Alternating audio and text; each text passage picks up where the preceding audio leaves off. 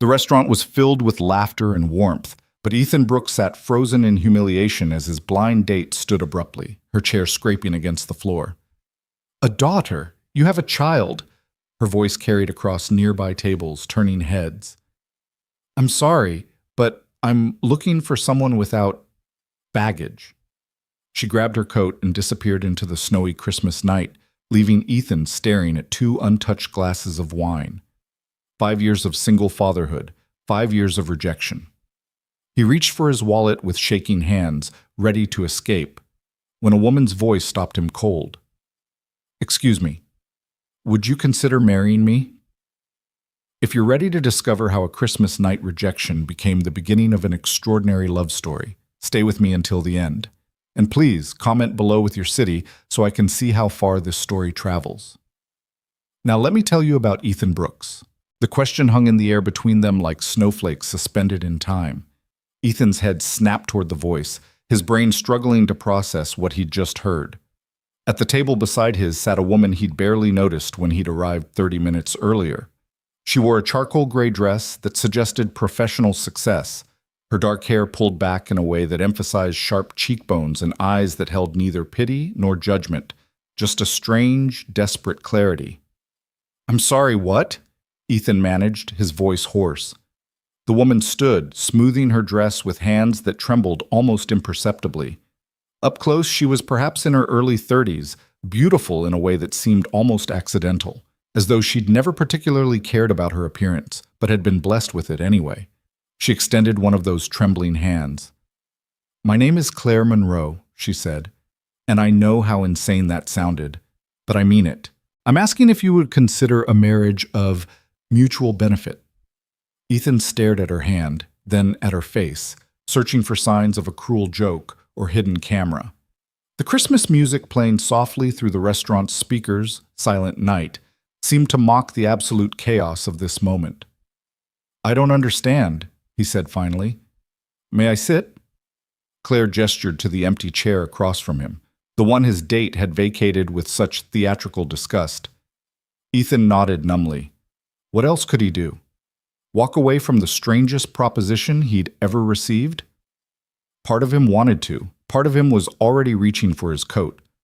But a larger part, the part that had been slowly dying throughout years of loneliness, was desperately curious. Claire sat with the precise posture of someone who'd attended finishing schools or corporate training sessions. She folded her hands on the table, and Ethan noticed she wore no rings. "I overheard your conversation," she began, and Ethan felt heat creep up his neck. Not intentionally at first, but once I realized what was happening, I listened, because I recognized something. Recognized what? The way she looked at you when you mentioned your daughter. Claire's voice was steady, but her eyes held old pain. "I've seen that look before. I've been given that look. Different reason, same disgust." Ethan's throat tightened. I can't have children," Claire said simply, cutting through his fumbling words like a surgeon's blade. "Clean, necessary. Medical condition, permanent. And apparently, that makes me defective in the dating market. Men want families, they want the whole package. And She paused, searching for words. "I'm the package with the most important piece missing." The restaurant's warmth suddenly felt stifling. Ethan loosened his tie, his mind reeling. This beautiful, composed woman was sitting across from him, a complete stranger, laying bare wounds that should have required months of trust to reveal. "I still don't understand what you're proposing," he said carefully. Claire leaned forward slightly. "You have a daughter. That makes you damaged goods to women who want uncomplicated romance. I can't give men biological children, which makes me worthless to men who want traditional families. But you already have a child, and I've always wanted to be a mother, even if I can't be one biologically." The pieces were clicking together in Ethan's mind, forming a picture so absurd it almost made sense. "You're suggesting a marriage of convenience," he said slowly. "A practical arrangement." "I'm suggesting," Claire corrected, "a partnership between two people who understand rejection, who understand being dismissed for things beyond their control." She paused, and for the first time, something vulnerable flickered across her face. I'm suggesting we stop being lonely. Ethan should have stood up, should have thanked her politely, and walked away from this conversation that belonged in a romance novel, not real life. But he found himself asking instead, why me? Why not, I don't know, put an ad online or something? A ghost of a smile touched Claire's lips. Because 30 seconds ago, I watched you handle rejection with grace. You didn't get angry or defensive. You didn't chase after her or demand an explanation. You just accepted it, like you've had practice. The smile faded. And because when she called your daughter baggage, I saw your hand clench into a fist under the table, not in anger at her, in pain for your child. That told me everything I needed to know about what kind of father you are. Ethan looked down at his hand, still resting on the white tablecloth. She was right. He had clenched his fist. Because the worst part of these rejections was never about him. It was about the message they sent to Mia, that she was an inconvenience, a complication, something to be overcome rather than celebrated. Her name is Mia, he said quietly. She's 5, and she's the best thing that ever happened to me. Tell me about her. It wasn't a polite deflection or small talk. Claire's voice held genuine interest, and Ethan found himself responding to it like a plant turning toward unexpected sunlight. He paused, trying to find words that could capture his daughter. She's pure joy in human form. She laughs at everything, terrible jokes, her own mistakes, the way I burn pancakes every Sunday. She's obsessed with butterflies right now, knows more about their life cycles than I know about my own job. And she's kind. Not in that way kids are told to be kind, but genuinely kind. Last week, she used her allowance to buy Christmas presents for the other kids at her after-school program. Not expensive things, just little thoughtful things she'd noticed they liked. Ethan realized he was smiling for the first time all evening. She's also stubborn as hell, refuses to wear matching socks, and has decided she's going to be a butterfly scientist when she grows up, which apparently requires eating vegetables but not broccoli because broccoli is a live vegetable, Daddy. Claire laughed. A real laugh that transformed her composed features into something warm and open. She sounds perfect. She is, Ethan said simply, and she deserves better than a father who's so focused on not being rejected that he's forgotten how to be happy. The confession surprised him. He hadn't meant to say it out loud, hadn't even fully acknowledged it to himself until this moment. Claire studied him for a long moment, and Ethan had the unsettling feeling of being truly seen for the first time in years. Not assessed as a potential date or judged as a single parent, but simply observed as a whole, complicated person. I'm not suggesting romance, she said carefully. I want to be clear about that. I'm suggesting a practical arrangement that could benefit both of us. You need someone who won't see your daughter as a burden. I need to stop feeling like I'm failing at being a woman because my body doesn't work the way it's supposed to.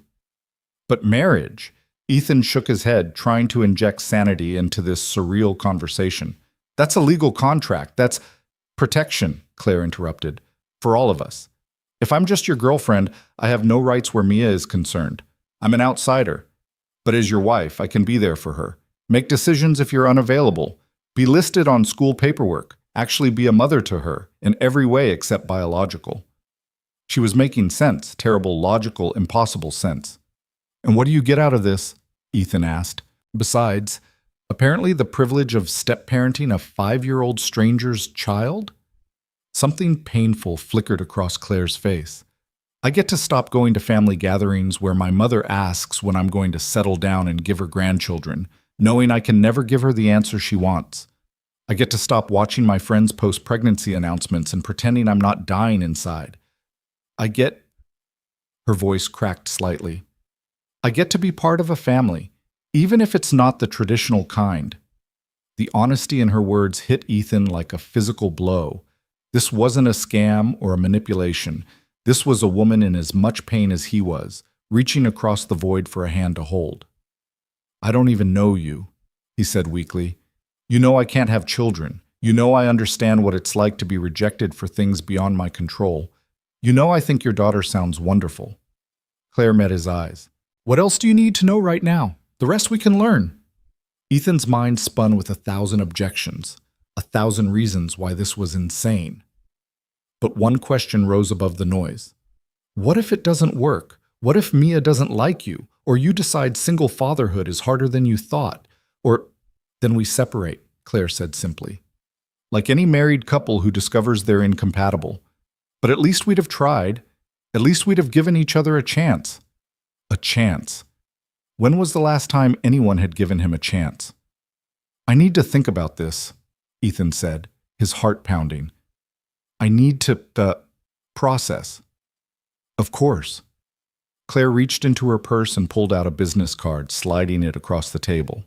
That's my number. Personal cell, not work. Think about it.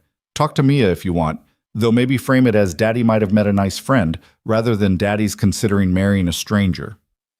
That ghost of a smile returned. Call me if you want to talk more. Or don't call, and we'll both go back to our separate lonely lives and wonder, what if? She stood, and Ethan found himself standing as well, basic manners overriding his shock. Thank you, Claire said softly, for not calling me crazy, for listening.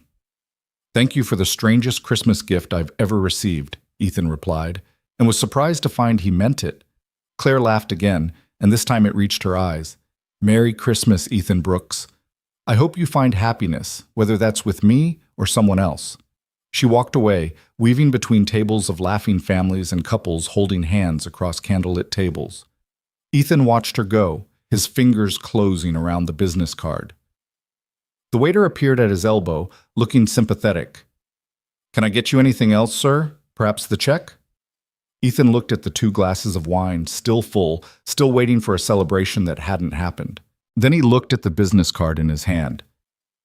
Just the check, he said. I need to get home to my daughter. The drive home through snow-dusted streets gave Ethan time to convince himself he'd imagined the entire conversation. Stress-induced hallucination, too many failed dates compressing into one surreal fantasy. But the business card in his pocket was real, the embossed lettering declaring Claire Monroe, Senior Marketing Director, Morrison and Associates. So she was successful, probably made more money than he did in his quiet accounting job. Another reason this was insane, what could he possibly offer someone like her? The chance to be a mother, his mind whispered. The same thing she's offering you, a chance to stop being lonely.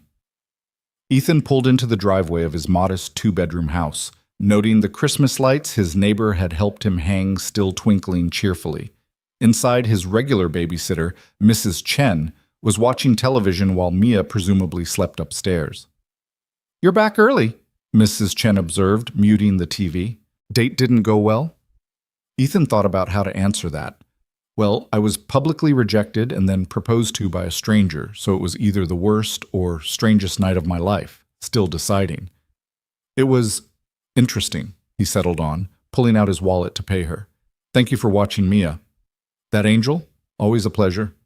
Mrs. Chen gathered her things, then paused at the door. Mr. Brooks, you're a good man and a wonderful father. Don't let the wrong people convince you otherwise. After she left, Ethan climbed the stairs to Mia's room, a habit he couldn't break no matter how old she got. He needed to see her sleeping peacefully, needed the reassurance that his whole world was safe. Mia's room was an explosion of color and imagination, butterfly posters on every wall, a bookshelf crammed with picture books about insects and nature, stuffed animals arranged in what she called her butterfly hospital, where injured toys went to recover. Christmas lights she'd insisted on hanging herself with help, blinked in chaotic patterns that somehow worked. In the middle of this controlled chaos, Mia slept peacefully, her dark curls spread across her pillow, one arm clutching a stuffed monarch butterfly she'd named Professor Flutters. She looked so small, so trusting, so certain that her daddy would keep the world safe. Ethan sat carefully on the edge of her bed, and Mia's eyes fluttered open immediately. She'd always been a light sleeper. Daddy? Her voice was sleep-soft and confused. You're home early. Did the lady not like you? Ethan's heart cracked. Of course Mia knew about the date. Of course she worried about these things, even at 5 years old. The lady wasn't the right fit, he said gently, smoothing her curls back from her forehead. Because of me? Mia asked, and there was too much understanding in those words for a 5-year-old. No, baby. Never because of you.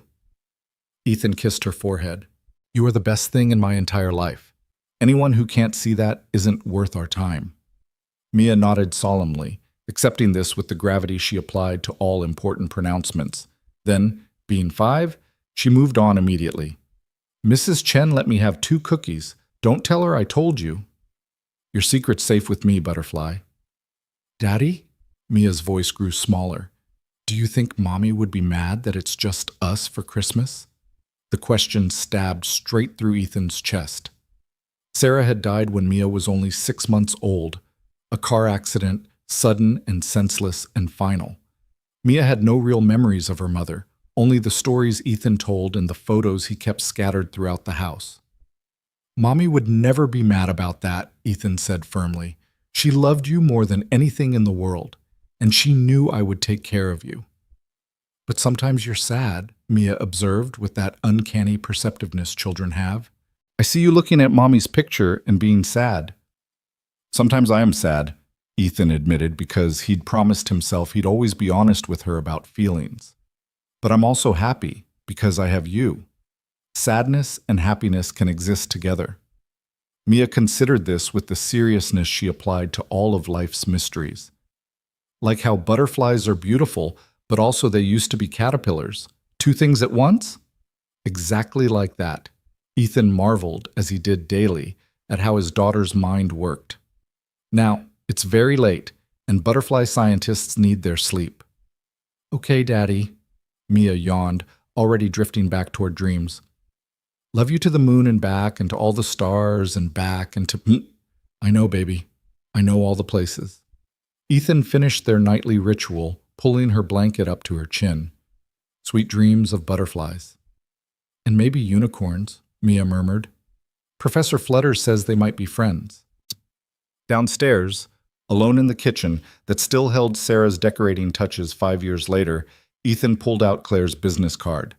The embossed letters caught the light from the Christmas tree in the living room, creating small shadows on the cardstock. I'm suggesting we stop being lonely. Was that enough reason to marry someone? Because you were both tired of eating dinner alone, tired of being rejected, tired of watching everyone else build families while you stood on the outside looking in? Ethan thought about Mia's question. Did the lady not like you because of me? Thought about the succession of dates who'd disappeared the moment they learned about his daughter, as though single fatherhood was a contagious disease. Thought about Claire Monroe. Sitting alone in a restaurant on Christmas night, listening to his rejection and seeing her own reflected back. He pulled out his phone before he could overthink it, typing quickly.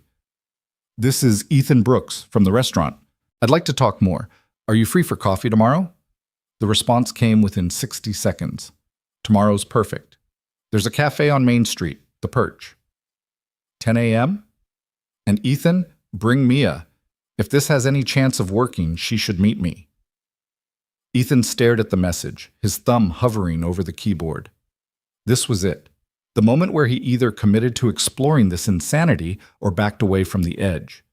He thought about Mia asking if her mother would be mad it was just the 2 of them for Christmas. Thought about his daughter arranging her stuffed animals in a hospital because she wanted to heal things. Thought about Claire's voice when she'd said, I get to be part of a family. 10 a.m. works. Fair warning. Mia will ask you roughly 1,000 questions about butterflies. I'll study up. See you both tomorrow. Ethan set down his phone and looked around his quiet kitchen, trying to imagine it filled with another person's presence. Trying to imagine Claire Monroe sitting at this table, drinking morning coffee, asking Mia about her dreams. It should have felt impossible. Instead, it felt like the first deep breath he'd taken in 5 years. Ethan barely slept that night, his mind alternating between panic and strange, tentative hope. What was he doing? What was he thinking? You didn't marry strangers. You didn't enter into legal partnerships with people you'd met once, no matter how lonely you both were. But by morning, watching Mia eat her cereal while explaining the difference between a monarch and a viceroy butterfly to Professor Flutters, Ethan knew he was going through with it. Not because it made sense, but because it offered something he'd stopped believing existed. Possibility. Mia, butterfly scientist, he said, interrupting a detailed lecture about migration patterns. How would you feel about meeting a new friend of Daddy's today? Mia looked up, milk dripping from her spoon. A friend like Mrs. Chen or a friend like the ladies who ask you questions about your intentions? Ethan suppressed a laugh. He'd clearly underestimated what his 5-year-old overheard. A friend who might spend time with us, get to know you. Would that be okay? Mia's eyes narrowed with the shrewd assessment of a child who'd learned to be cautious about new people entering their small, safe world. Does she like butterflies? I don't know yet. You could teach her about them. Okay, Mia decided. But if she's mean to you, I'm going to give her my serious face. She demonstrated, a scrunched-up expression that was more adorable than intimidating but made Ethan's heart swell with love for his fierce little protector. Deal. Now go get dressed. Something without yesterday's lunch on it, please. The Perch was the kind of cafe that attracted young professionals and artists, all exposed brick and mismatched furniture and chalkboard menus listing drinks Ethan couldn't pronounce. He felt immediately out of place in his jeans and pullover sweater, holding Mia's hand while she gaped at the glass case of pastries like it was a museum exhibit. Then he saw Claire sitting in a corner booth with 2 coffee cups already waiting, and the nervousness crystallized into reality. She dressed casually, jeans and a soft blue sweater, but somehow still looked polished in a way Ethan knew he'd never achieve. When she saw them, she smiled, but Ethan caught the flash of nerves in her eyes. She was as terrified as he was. Hi, Claire said as they approached. You must be Mia. Mia pressed close to Ethan's leg, suddenly shy, but her scientific curiosity won out over social anxiety. How did you know my name? Your daddy told me about you last night. He said you're an expert on butterflies. I'm a butterfly scientist, Mia corrected, stepping slightly away from Ethan's protective shadow. There's a difference. Scientists study things. Experts just know things. Claire's smile widened, and Ethan saw genuine delight in her expression. That's an excellent distinction. I apologize for my imprecision. Mia, won over by anyone who took her seriously, climbed into the booth across from Claire. It's okay. Most people don't know the difference. Did you know there are about 17,500 species of butterflies in the world? I did not know that, Claire said solemnly. That's remarkable. And just like that, Ethan became a spectator to his daughter's interrogation of the stranger who wanted to join their family. Mia peppered Claire with questions between explanations about butterfly migration, metamorphosis, and why caterpillars weren't just baby butterflies, but rather a completely different life stage. Claire listened with genuine attention, asking follow-up questions, admitting ignorance when she didn't know something, and, most importantly, not talking down to Mia like she was just a cute kid spouting facts. Do you have a job? Mia asked eventually, having apparently covered the essential butterfly curriculum. I do. I work in marketing, which means I help companies figure out how to tell people about their products. Like commercials? Sometimes. Sometimes it's more about figuring out what people need and making sure they know a product exists that could help them. Mia considered this. That sounds helpful. Daddy's an accountant. He says he makes sure numbers behave themselves. Claire laughed, meeting Ethan's eyes over Mia's head. That's a good description. Can I get a hot chocolate? Mia asked Ethan, having apparently completed her assessment. Sure, Butterfly. Why don't you go look at the pastries and pick one out while I talk to Claire for a minute? Mia nodded and slid out of the booth, approaching the pastry case with the focused intensity she brought to all important decisions. She's incredible, Claire said immediately. Ethan, she's absolutely incredible. I know. Ethan wrapped his hands around his coffee cup, needing something to ground him. So you still think this is a good idea? Now that you've met the reality of what you'd be signing up for? Are you kidding? Claire leaned forward. Do you know what I did last night after leaving the restaurant? I went home and researched butterfly species for 2 hours because I knew she'd test me, and it was the most excited I've been about anything in months. She will test you, Ethan warned. About everything. She's 5, but she's been my only companion for her entire life. She's learned to read adults really well. Good, Claire said firmly. I want her to test me. I want her to make sure I'm worthy of being in your lives. Because, Ethan, she paused, gathering courage. I meant what I said last night, all of it. I've spent the last 5 years pretending I'm fine with being alone, and I'm not. I'm lonely. I'm tired of being lonely. And if there's a chance, even a small chance, that we could build something real together, I want to take it. Ethan studied her face, looking for doubts or hesitations, but found only honest vulnerability. This polished, successful woman was offering him her truth, unvarnished and raw. I have conditions, he said quietly, if we're actually considering this. Of course. Mia comes first. Always. In every decision, every plan, every aspect of our lives, she comes first. I wouldn't have it any other way. And we take this slow. We date, like normal people. You spend time with us, we spend time with you. We make sure this actually works before we talk about marriage licenses. Claire nodded. Agreed. Though I should mention, my parents are hosting their annual New Year's party next week. If you're serious about this, about us trying, I'd like you both to come. Meet my family, see what you'd be getting into. Wealthy family, Ethan guessed. Wealthy, traditional, and convinced I'm an old maid at 32. Claire's voice held old resentment. My mother will be thrilled I'm bringing someone. Less thrilled when she realizes you come with a daughter, but that's her problem, not yours. I don't want to cause family drama for you. Ethan, Claire reached across the table, stopping just short of touching his hand. If my family can't accept that I'm building a life with someone who has a child, then they're not people I want in my life anyway. This is about us, about Mia, about building something real, even if it starts from an unconventional place. Mia returned before Ethan could respond, dragging a waiter behind her. This one has chocolate and sprinkles, Daddy. It's basically perfect. Then that's what you should have, Claire said. And I think I'll have one too. Chocolate and sprinkles does sound basically perfect. Mia beamed, and Ethan felt something in his chest unlock. This strange, impossible woman was eating pastries with his daughter, and researching butterfly species and meeting his eyes with a combination of hope and terror that exactly matched his own. Maybe, just maybe, this insanity could work. The week between that coffee meeting and the New Year's party passed in a blur of carefully orchestrated normalcy that felt anything but normal. Claire came to dinner twice, bringing ingredients for elaborate meals that somehow turned into flower fights, and Mia's delighted laughter echoing through the kitchen. She attended one of Mia's after-school program performances, sitting beside Ethan as their daughter recited a poem about caterpillars with such dramatic flair that half the audience forgot it was supposed to be educational. And slowly, impossibly, it started to feel less like an arrangement and more like something real. She's really pretty, Mia announced one evening after Claire had left, her directness as refreshing as it was terrifying.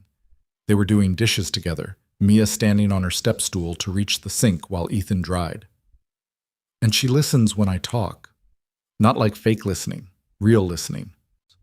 I noticed that too, Ethan said carefully, unsure how much to reveal about his own growing feelings, because that was the thing neither he nor Claire had anticipated. The arrangement they'd proposed in clinical terms was developing actual emotions. He caught himself thinking about her smile at odd moments during his workday. She'd admitted during one late-night phone call after Mia was asleep that she'd started imagining what it would be like to wake up in his house every morning. "Do you like her?" Mia asked, scrubbing at a plate with intense concentration. Like her? Ethan set down the dish towel, recognizing this conversation needed his full attention. "I think I might. Is that okay with you?" Mia was quiet for a long moment, her small hands still moving through soapy water. "Mrs. Chen says that Mommy would want you to be happy. She says Mommy loved you so much that she'd be sad if you were lonely forever." The casual mention of these conversations his daughter had been having with the babysitter made Ethan's throat tight. "Mrs. Chen is very wise." "I don't really remember, Mommy," Mia said softly, and the admission hung heavy in the warm kitchen air. "I know I'm supposed to, and I know she loved me because you tell me all the time, but when I try to remember, there's just pictures, not real memories." Ethan knelt beside the step stool, bringing himself to her eye level. "That's okay, Butterfly. You were very small when Mommy died. The important thing is that she loved you so much, and that love doesn't go away just because she's not here anymore. And if you like Claire, and Claire likes us, does that mean Mommy's love goes away?" "Never," Ethan said firmly, pulling Mia into a soapy hug. Love doesn't work like that. There's always room for more. Your heart isn't like a house that runs out of space. It's like the sky. It just keeps expanding to hold everything you need it to hold. Mia pulled back, studying his face with those old, knowing eyes. That's very poetical, Daddy. I have my moments. He kissed her forehead. Now finish those dishes so we can practice your reading before bed. Can we call Claire and tell her about the butterfly book Ms. Peterson gave me today? And that, Ethan thought, was perhaps the most telling thing of all. Mia wanted to share her joys with Claire, wanted her to be part of their daily narrative. The arrangement was working because it had stopped being an arrangement somewhere between the second dinner and the moment Claire had sat on the floor of Mia's room, letting his daughter explain her entire stuffed animal hospital in excruciating detail. The night before the New Year's party, Claire came over after Mia was asleep, ostensibly to prepare Ethan for meeting her parents. But really, Ethan suspected, because she was nervous and needed reassurance.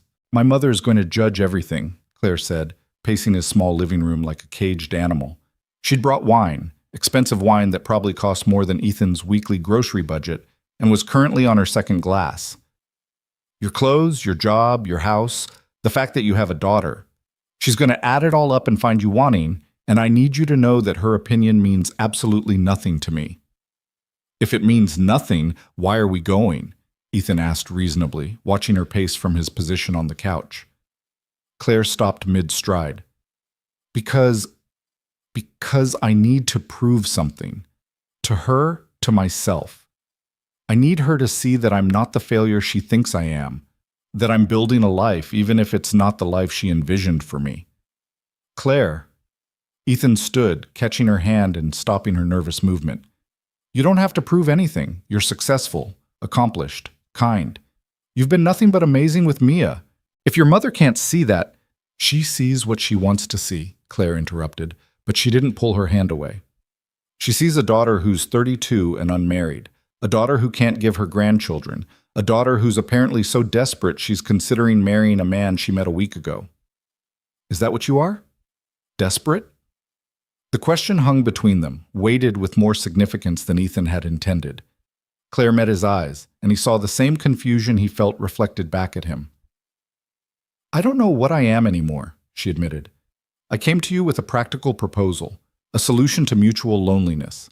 But Ethan, when Mia showed me her butterfly collection, when she held my hand at her performance, when you smiled at me over dinner like I was someone worth smiling at, I don't think this is just practical anymore. Ethan's heart was pounding. What is it then? I think, Claire took a shaky breath, I think I'm actually falling for you. Both of you. And that terrifies me because it wasn't supposed to be real. It was supposed to be safe and practical and controllable. And instead, I find myself lying awake at night imagining what it would be like to actually be part of your family. Not as an arrangement, but as something real. The confession should have sent Ethan running. They barely knew each other. This was insane. But instead, he found himself pulling her closer, his free hand coming up to cup her face. I think about you constantly, he said quietly. I imagine you here, in this house, every morning. I imagine Mia running to you with her discoveries. I imagine not being lonely anymore. And Claire, it's not because you're convenient. It's because when you're here, everything feels lighter, possible. Like maybe happiness isn't something that ended when Sarah died. Claire's eyes were bright with unshed tears. I don't want to replace her. I would never. You're not replacing anyone. You're adding something new, something I didn't know I needed. Ethan paused, gathering courage. Tomorrow, when we meet your parents, I'm not going as part of an arrangement. I'm going as someone who's genuinely interested in building a life with you. Is that okay? That's more than okay, Claire whispered. That's everything. They stood in the quiet living room, holding each other like lifelines. While the Christmas tree lights blinked softly in the corner and upstairs, Mia slept peacefully, trusting that her father would keep making the right choices. Ethan kissed her then, soft and tentative and full of promise. It was a first kiss that felt like a beginning, like stepping off a cliff and discovering wings. When they finally pulled apart, Claire was smiling through tears. Your daughter is going to have so many questions about why my face is all blotchy. My daughter, Ethan said, smoothing a strand of hair away from Claire's face, is going to be thrilled. She's been planning our wedding for 3 days. Apparently it involves 17 butterflies and a cake shaped like a caterpillar. Claire laughed, the sound filling the small house with warmth. A caterpillar cake sounds perfect. The next evening, standing in front of the imposing Georgian mansion where Claire had grown up, Ethan reconsidered every life choice that had led him to this moment. His hand tightened around Mia's, and he felt her squeeze back reassuringly. "That's a really big house," Mia observed, craning her neck to see the top of the 3-story structure. "Do butterflies live there?" "Probably not the kind you're thinking of," Claire said, emerging from the driver's seat of her car. She'd insisted on picking them up, and the vehicle itself, a sleek sedan that probably cost more than Ethan made in 2 years, had made Mia's eyes go wide. Claire looked stunning in a deep green dress that probably came from stores Ethan had never even heard of, but her hands were shaking as she smoothed the fabric. She knelt down to Mia's level, her expression serious. "Mia, sweetheart, I need to tell you something about the people we're going to meet." "Your parents," Mia supplied helpfully. "Daddy told me. He says they might be different from what I'm used to." "They are different. They're very formal. They have a lot of rules about how people should behave at parties, and they might say things that sound mean, but I need you to know that those things aren't true. Okay?" Mia's eyes narrowed, her protective instincts clearly activating. "Are they going to be mean to Daddy?" "They might try," Claire admitted, and Ethan appreciated her honesty even as his stomach churned. "But here's the thing. Their opinions don't matter. What matters is that we're a team, the 3 of us, and teams stick together." "Like butterflies in a migration," Mia said solemnly. "They all fly together so nobody gets lost." "Exactly like that." Claire stood, meeting Ethan's eyes over Mia's head. "Ready?" "Absolutely not," Ethan admitted. "But let's do it anyway." The house was even more intimidating inside, all marble floors and crystal chandeliers and artwork that probably belonged in museums. Mia's hand was a vice grip in Ethan's as they followed Claire through rooms filled with people who looked like they'd stepped out of a catalog advertising wealth and privilege. "Claire, darling!" A woman who could only be Claire's mother swept toward them, all air kisses and practiced smiles.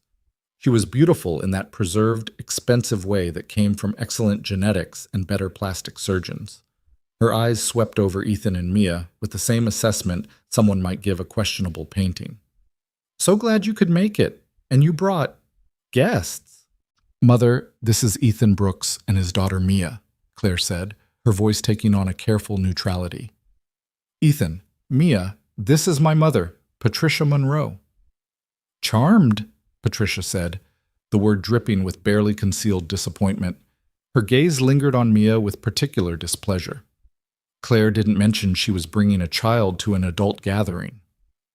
"Mia is very well behaved," Claire said firmly, moving closer to them in a gesture of protection that didn't go unnoticed. "And I wanted my parents to meet the people who are important to me." "Important," Patricia repeated the word like it tasted sour. "I see. Well, we'll discuss this later. Come, Claire, your father wants to introduce you to the Henderson's son. He's a surgeon, very successful, single." "I'm not interested in meeting the Henderson's son, Mother. I'm here with Ethan." The temperature in the marble entryway seemed to drop 10 degrees. Patricia's smile became brittle. "Don't be ridiculous, Claire. This is hardly the place for charity cases." Ethan felt Mia stiffen beside him, felt his own face flush with humiliation and anger. But before he could formulate a response that wouldn't make things worse, Claire stepped fully in front of them, her voice cutting through the polite party noise with unexpected steel. "Ethan and Mia are not charity cases. They're my family. And if you can't treat them with basic respect, we're leaving." Patricia's eyes widened slightly, clearly unused to her daughter's defiance. "Claire Monroe, don't you dare." "I dare," Claire interrupted, reaching back to take both Ethan's and Mia's hands. "I've spent my entire adult life trying to meet your impossible standards.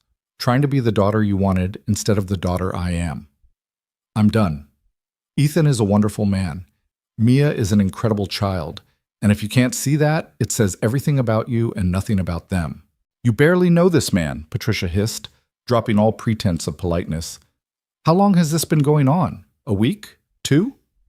Long enough to know he treats me with more respect in one conversation than you've shown me in 32 years, Claire shot back.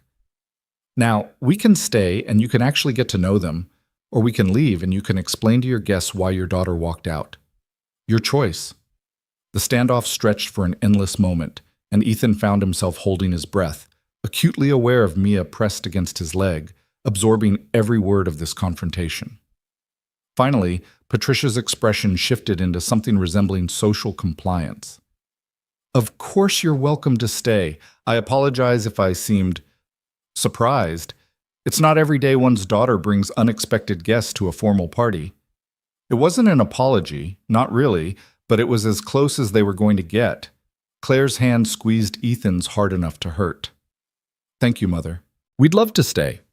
The words were polite, but her eyes promised that this conversation was far from over. Patricia swept away to greet other guests, leaving them standing in the entryway like survivors of a natural disaster. I'm sorry, Claire said immediately, turning to them with stricken eyes. I'm so sorry.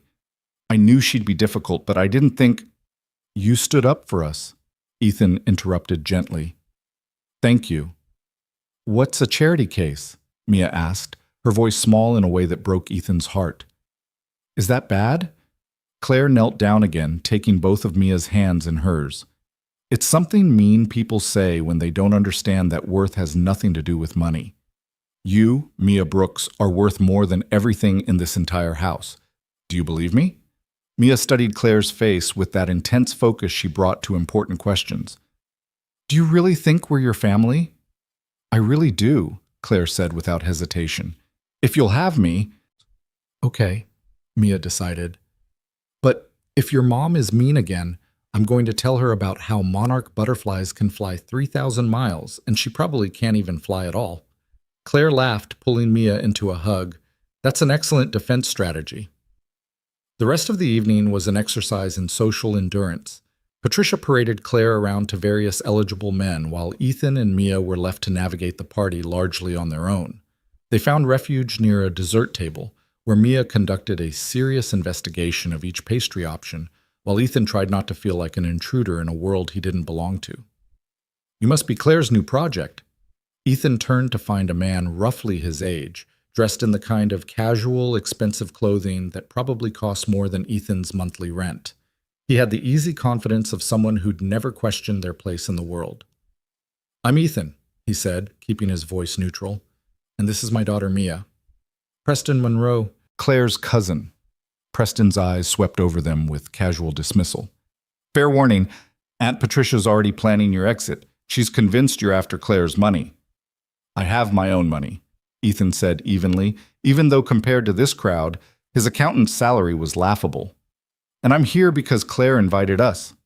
Sure. Preston grabbed a glass of champagne from a passing server. Look, no offense, but you have to see how this looks. Claire shows up with a random guy and his kid a week before she's supposed to attend another family gathering solo. It screams desperation. It screams, a cold voice said from behind Preston, that I found someone who actually values me for who I am, not what I can provide. Preston spun to find Claire standing there, her expression dangerously calm. Beside Ethan, Mia had abandoned the desserts to watch the confrontation with wide eyes. Claire, I didn't mean— You meant exactly what you said, Preston. You always do. Claire moved to stand beside Ethan, her hand finding his with practiced ease. But here's what you and everyone else here doesn't understand. Ethan didn't seek me out. I sought him out, because I was tired of men who saw me as a walking womb or a trust fund, because I wanted to build something real with someone who understood what it meant to be rejected for things beyond your control. So you're settling, Preston said, and Ethan saw Claire flinch.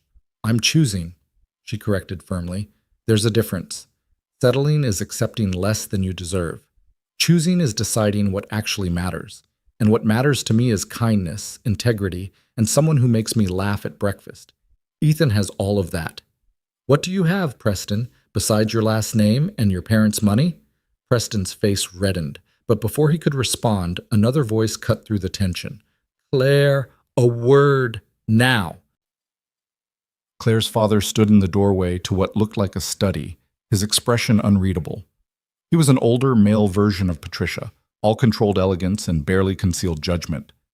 "I'll be right back," Claire said to Ethan, squeezing his hand. "Stay with Mia." "Actually," her father said, his eyes finally landing on Ethan with uncomfortable intensity, "I'd like to speak with Mr. Brooks as well.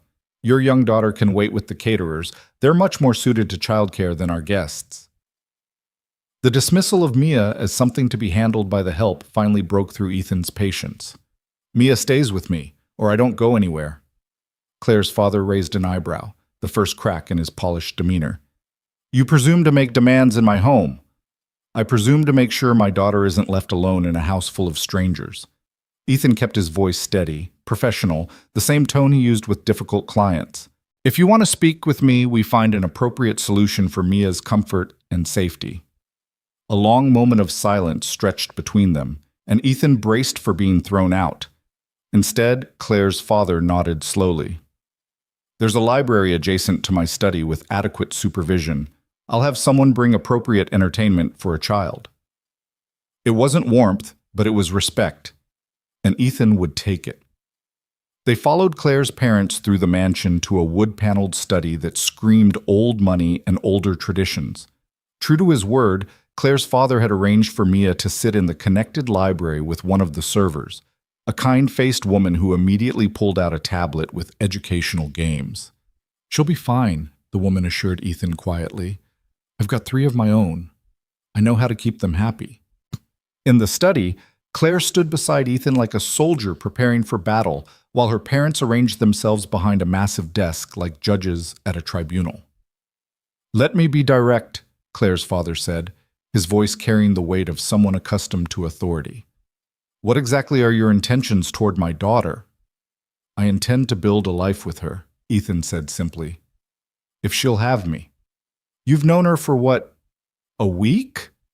"Less," Ethan admitted, "but I've learned more about what matters in that week than some people learn in years." Patricia made a derisive sound. "How romantic. And when this whirlwind romance ends, what then? You've gotten your hooks into our daughter, convinced her to attach herself to you and your baggage." "Mia is not baggage," Ethan interrupted, his voice harder than he'd intended. "She's my daughter. She's brilliant and kind and deserves better than to be discussed like a liability." "Mr. Brooks," Claire's father said, and there was something almost like approval in his eyes. "I'm not interested in your daughter's credentials. I'm interested in yours. What do you do for a living?" "I'm an accountant. I work for a mid-sized firm doing tax preparation and financial planning for small businesses." "Annual income?" "Dad," Claire interjected sharply. "That's inappropriate." "It's fine," Ethan said, meeting her father's eyes directly. "I make enough to support myself and Mia comfortably. We're not wealthy, but we're stable. I own my home. Small, 2 bedrooms, nothing like this, but it's mine. I have savings, a retirement plan, health insurance. I can provide for my family." "And you see our daughter as part of that family?" Patricia asked, her tone making clear what she thought of the idea. "I see Claire as someone I care about deeply," Ethan said carefully. "Someone who's been nothing but wonderful to my daughter. Someone who makes me believe in possibilities I'd given up on. And yes, I hope she becomes part of our family. But more than that, I hope we become worthy of being part of hers." The answer clearly wasn't what they'd expected. Patricia's mouth tightened into a thin line, but Claire's father leaned back in his chair, studying Ethan with new interest. "You're aware that Claire has a substantial trust fund?" he asked. "That marrying her would give you access to significant financial resources?" "I'm aware that Claire is successful and comes from wealth," Ethan replied. "And I have zero interest in her money. I'm interested in her laugh, her kindness, the way she listens to my daughter talk about butterflies for an hour without getting bored. Those are things money can't buy." "How noble," Patricia said acidly. "And yet here you are, in our home, clearly out of your depth, clinging to our daughter like a life raft." "Mother, that's enough." Claire's voice was steel wrapped in silk. She'd been quiet throughout the interrogation, but now she stepped forward, her posture radiating controlled fury. "You wanted to meet Ethan? Fine. You've met him. You've interrogated him like a criminal. You've insulted his daughter, his income, and his integrity. Are you satisfied?" "I'm concerned," Patricia shot back. You're my daughter, Claire, my only child, and you're making decisions that could ruin your life. By choosing someone who treats me like a person instead of a trophy? Claire's laugh was bitter. By finding someone who doesn't care that I can't have children? Who sees that as something we work with instead of something that makes me defective? The word hung in the air like a bomb, and Ethan saw Patricia flinch. Claire, we never said you were defective, her father said quietly, the first genuine emotion breaking through his controlled facade. You didn't have to say it, Dad. It was in every doctor's appointment you insisted I attend. Every specialist you dragged me to, looking for a cure that doesn't exist. Every family gathering where you introduced me to suitable men, while explaining that I had health considerations they should be aware of. You made my worth contingent on my ability to produce grandchildren. That's not fair, Patricia said, but her voice wavered. Isn't it? Claire turned to Ethan, and he saw tears threatening to spill over. Ethan, could you check on Mia? I need to speak with my parents alone. It was a dismissal, but a gentle one, and Ethan recognized it for what it was, Claire protecting him from whatever came next. He nodded, squeezing her hand before leaving the study. In the library, Mia looked up from the tablet with a bright smile. Daddy, this lady showed me a game about helping butterflies migrate. It's educational and fun.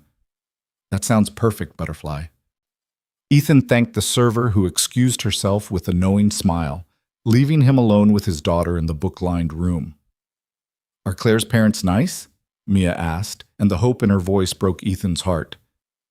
They're complicated, Ethan said carefully, pulling her into his lap.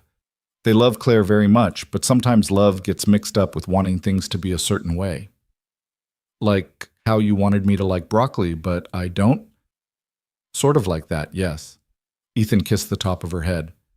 How would you feel if Claire became a bigger part of our family, if she was around all the time? Mia was quiet, her small fingers tracing patterns on his sleeve. Would she be my new mommy? The question was so direct, so innocent, that Ethan had to swallow past the lump in his throat. She could be, if that's what you wanted, but she'd never replace your first mommy. She'd just be additional love, like we talked about, the sky expanding to hold more. I think I'd like that, Mia said softly. Claire smells like flowers, and she doesn't get mad when I ask too many questions, and she makes you smile more. She does make me smile more, Ethan admitted. I didn't realize I'd stopped smiling so much until she came along. Through the closed study door, he could hear raised voices, Claire's cutting through her mother's objections with devastating precision. Whatever was happening in there, it wasn't going to be resolved quickly or easily. But Ethan found he wasn't as worried as he'd been before, because Claire had stood up for them, had defended them against her own family's judgment without hesitation. That meant something. That meant everything. When Claire finally emerged 20 minutes later, her makeup was smudged and her eyes were red, but her spine was straight and her chin was high. We're leaving, she announced, reaching for Mia's hand. Now.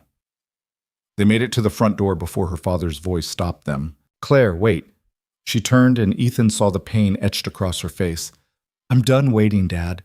Done waiting for your approval, for Mother's acceptance, for any of you to see me as something other than a disappointment. You're not a disappointment, her father said, and for the first time his controlled mask had slipped entirely. He looked old suddenly, tired. You're our daughter, and we love you. Then prove it, Claire challenged. Accept that I'm building a life with Ethan and Mia.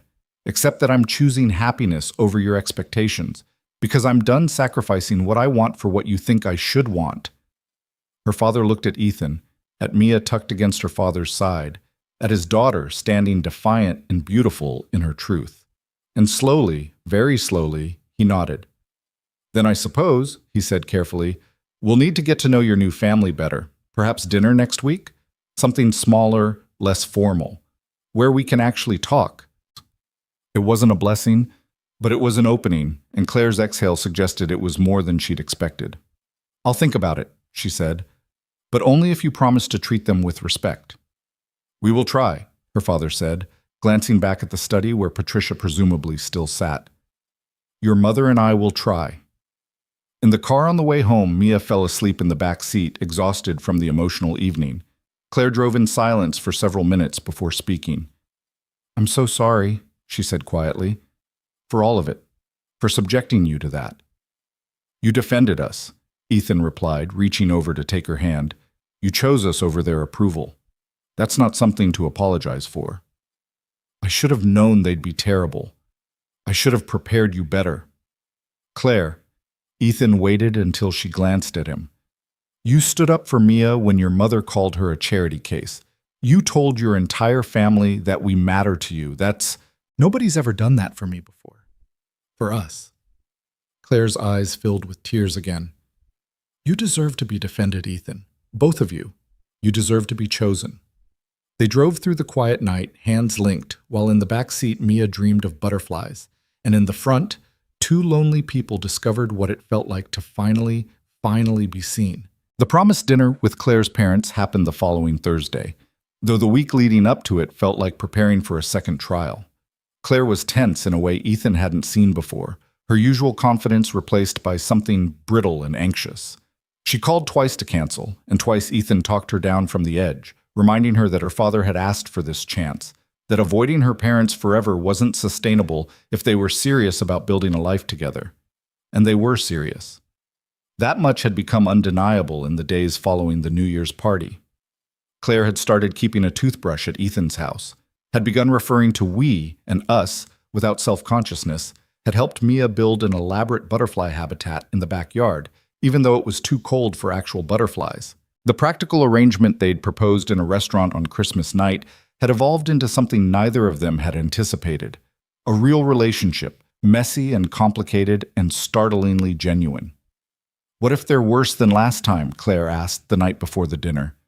They were sitting on Ethan's couch after Mia had gone to bed, Claire's head resting on his shoulder in a gesture that had become comfortable over the past 2 weeks. What if my mother says something that makes Mia feel small again? Then we leave, Ethan said simply. And we don't come back until they can demonstrate basic human decency. Claire turned to look at him, her expression vulnerable in the lamplight. You'd really walk away from them? From the possibility of their acceptance? I'd walk away from anyone who hurt you or Mia, Ethan replied, meaning every word. Claire, I don't need your parents' approval to know that what we're building here matters. Their opinion doesn't change how I feel about you. And how do you feel about me? The question was soft, almost shy, and Ethan realized they'd been dancing around this conversation since that first kiss. He took her hand, lacing their fingers together with deliberate care. I feel like I spent 5 years convinced that the best parts of my life were behind me, that Sarah's death had closed the door on happiness, on partnership, on anything beyond just surviving and raising Mia. And then you walked into my life with the most insane proposal I'd ever heard, and suddenly there's this whole future I hadn't let myself imagine. That's not an answer, Claire said, but she was smiling. I'm falling in love with you, Ethan said, the words both terrifying and liberating. I know it's fast, I know it's probably crazy, but I am. I love how you listen to Mia like her thoughts actually matter. I love how you've started rearranging your work schedule so you can pick her up from school on Tuesdays. I love that you keep butterfly field guides on your nightstand because you want to be able to answer her questions. Claire kissed him, cutting off his catalog of affections with lips that tasted like the wine they'd shared with dinner and promises neither of them had quite dared to make yet. When they finally pulled apart, both breathless, she was crying. I love you too, she whispered. I love you both so much it terrifies me. Because what if I mess this up? What if I'm not enough? What if we just take it one day at a time? Ethan interrupted gently, wiping tears from her cheeks with his thumbs. What if we stop waiting for disaster and just let ourselves be happy? I don't know if I remember how to do that. Then we'll learn together. They sat in the quiet living room, holding each other like survivors of separate shipwrecks who'd found the same shore, until Claire's phone buzzed with a text from her mother confirming the restaurant reservation for the following evening. The real world, with all its complications and judgments, was waiting. But for now, in this moment, they had each other. The restaurant Claire's father had chosen was upscale, but not ostentatious. The kind of place that suggested money without screaming it. Ethan had borrowed a sport coat from a colleague, and Mia wore her favorite dress, the purple one with butterflies embroidered along the hem that she'd picked out herself. Claire had arrived at their house an hour early to help them get ready, her own nervousness manifesting in fussing over Mia's hair until the little girl gently batted her hands away.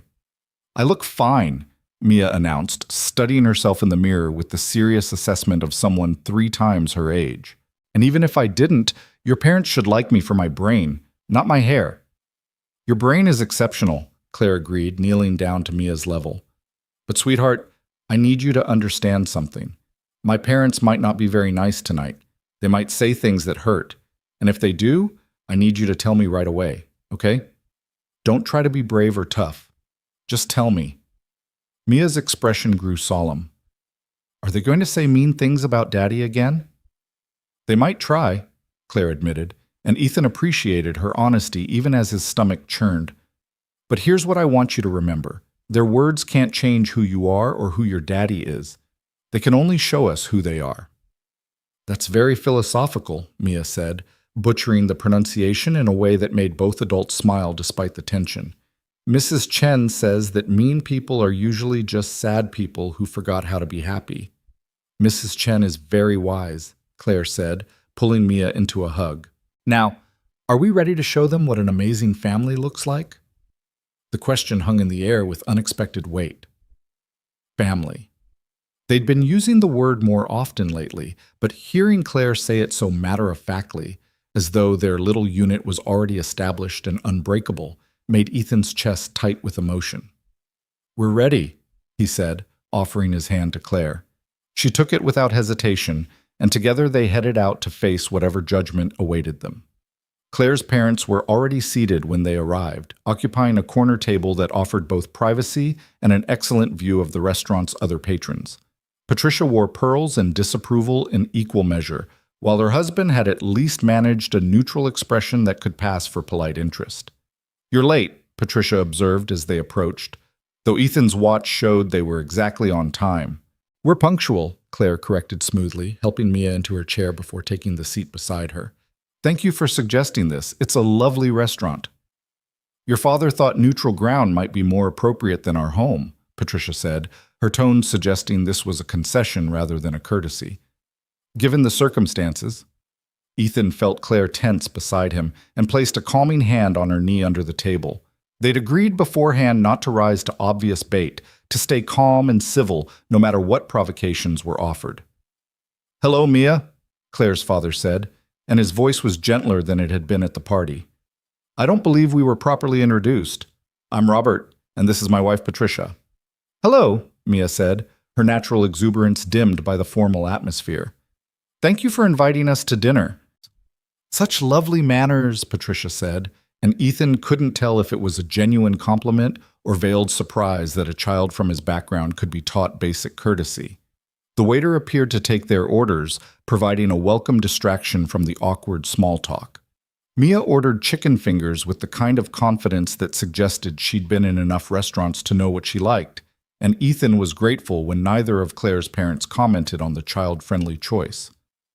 "So Ethan," Robert said once the waiter had departed, "Claire mentioned you're an accountant. What drew you to that profession?"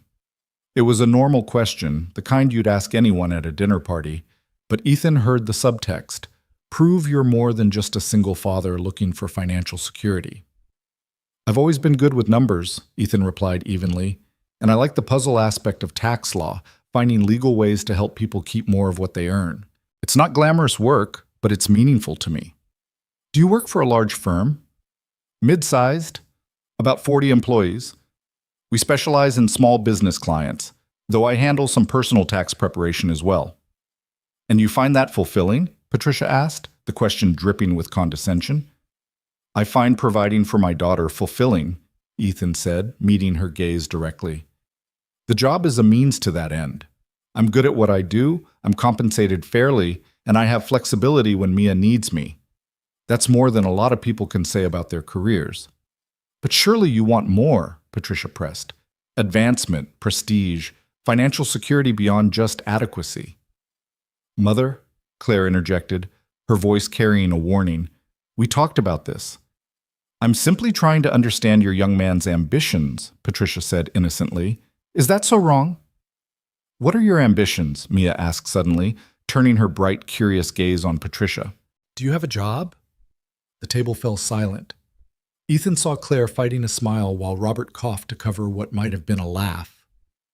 "I don't have a traditional job, dear," Patricia said, clearly flustered at being questioned by a 5-year-old. "I manage our household and sit on several charitable boards." "That sounds like work," Mia observed. "So you do have a job, you just don't call it that." "That's interesting. Language is funny that way. Like how butterflies aren't actually made of butter, they're just called that because of their yellow color. Did you know that?" "I did not," Robert said, and this time his smile was unmistakable. "What else can you tell us about butterflies, Mia?" And just like that, Mia launched into an enthusiastic explanation of butterfly taxonomy, complete with hand gestures and passionate asides about the differences between moths and butterflies that most people got wrong. Ethan watched Claire's parents watching his daughter, saw Patricia's expression shift from condescension to something approaching genuine interest as Mia explained the monarch migration with the fervor of a devoted scientist. "You're quite knowledgeable," Robert said when Mia finally paused for breath. "Where did you learn all this?" "Books, mostly," Mia said, taking a sip of her water. "And documentaries. Daddy finds them for me at the library. And now Claire helps too.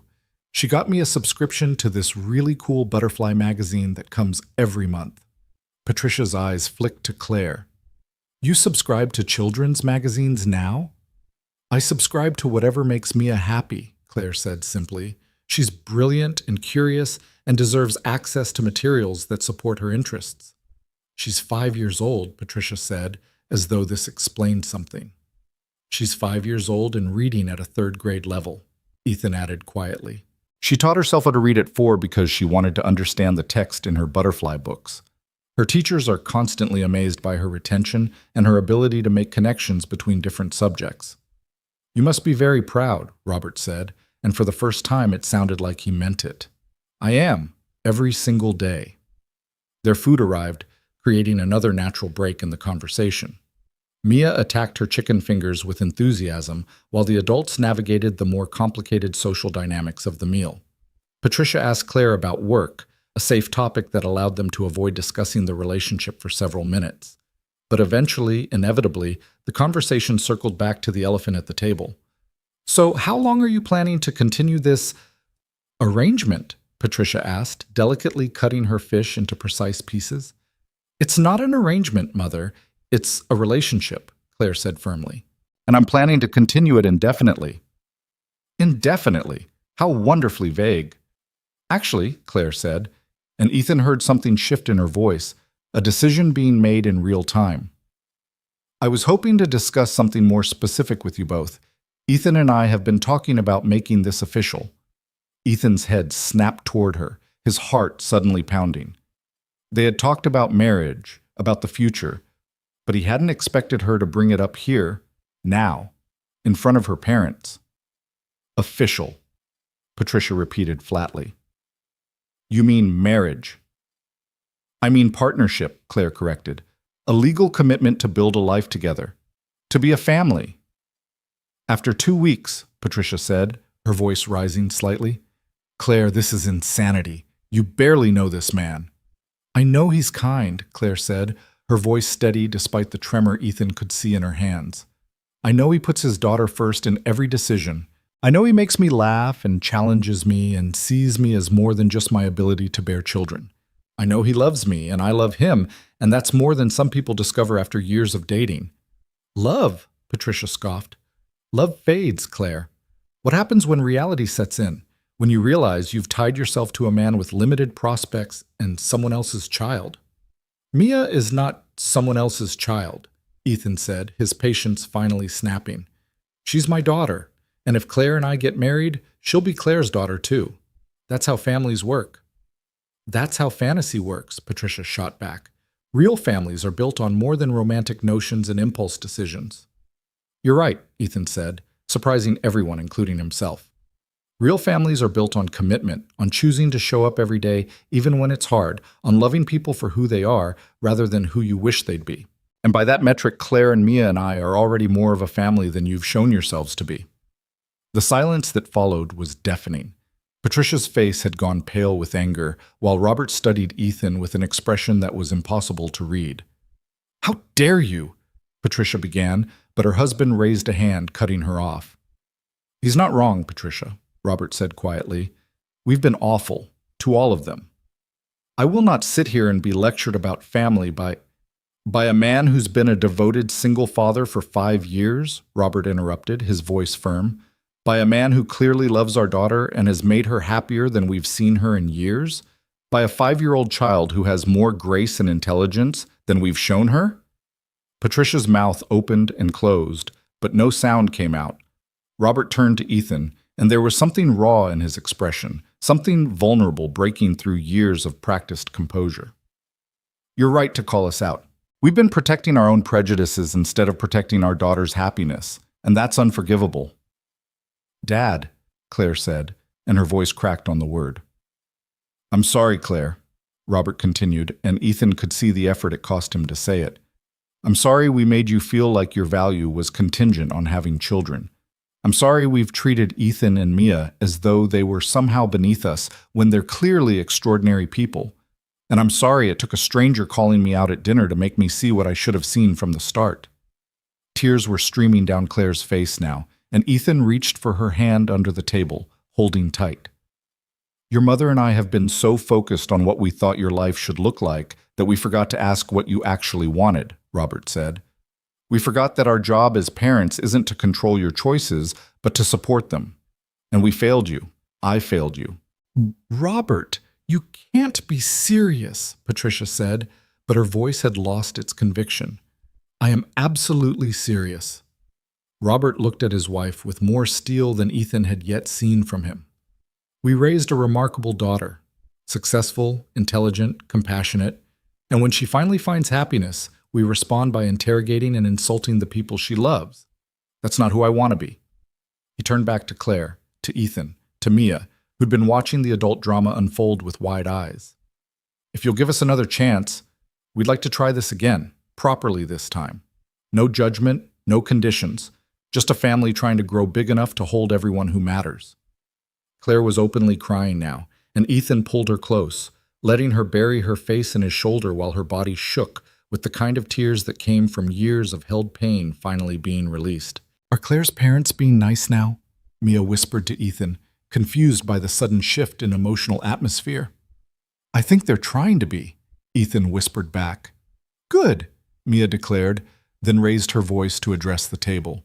"Because Claire is the best, and she makes Daddy happy, and she knows that viceroy butterflies mimic monarchs for protection, and that's very advanced knowledge for someone who didn't even like butterflies before she met me." Despite the tears, despite the tension, despite everything, Claire laughed. It was a broken, watery sound, but it was genuine, and it seemed to crack something open in the air around them. "You're absolutely right, Mia," Robert said, and his own eyes were suspiciously bright. "Claire is the best, and we should have been celebrating that she found people who recognize it instead of questioning her judgment." Patricia had been silent throughout her husband's confession, her expressions cycling through anger, denial, and finally something that might have been shame. When she spoke, her voice was smaller than Ethan had yet heard it. "I was wrong," she said, the words clearly difficult to produce. "About many things. I thought I was protecting you, Claire, but I was really just protecting my own expectations." She looked at Mia, and Ethan saw genuine regret in her eyes. "And I was inexcusably rude to a child who deserved better. I apologize, Mia. You seem like a very special little girl." "I am special," Mia agreed matter-of-factly. "But so is everyone if you pay attention to them. That's what Daddy says." "Your daddy is a wise man," Robert said, meeting Ethan's eyes with something approaching respect. The rest of the dinner passed in a strange, tentative atmosphere of reconstruction. Patricia asked Mia more about her butterfly interest, actually listening to the answers. Robert engaged Ethan in a real conversation about his work, his questions genuine rather than interrogative. Claire sat between Ethan and her parents, still holding Ethan's hand, slowly beginning to believe that maybe, possibly, her family could learn to accept the life she was choosing. As they were leaving, Robert pulled Ethan aside while Claire helped Mia put on her coat. "I meant what I said in there," Robert said quietly, "about trying again. But I also want you to understand something. Claire is our only child, our entire world, whether we've shown that well or not. If you hurt her, I won't, Ethan interrupted firmly. I can't promise we won't have problems or challenges, but I can promise that I will never deliberately hurt her, that I will choose her every single day, and that I will spend the rest of my life trying to deserve her. Robert studied him for a long moment, then extended his hand.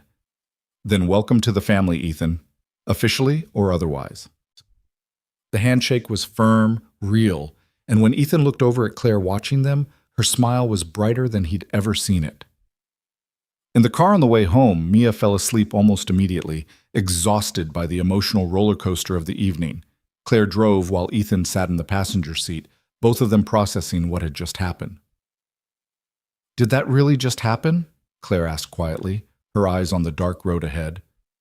"Did my parents actually apologize?" "They did," Ethan confirmed. "Your father especially seemed genuine."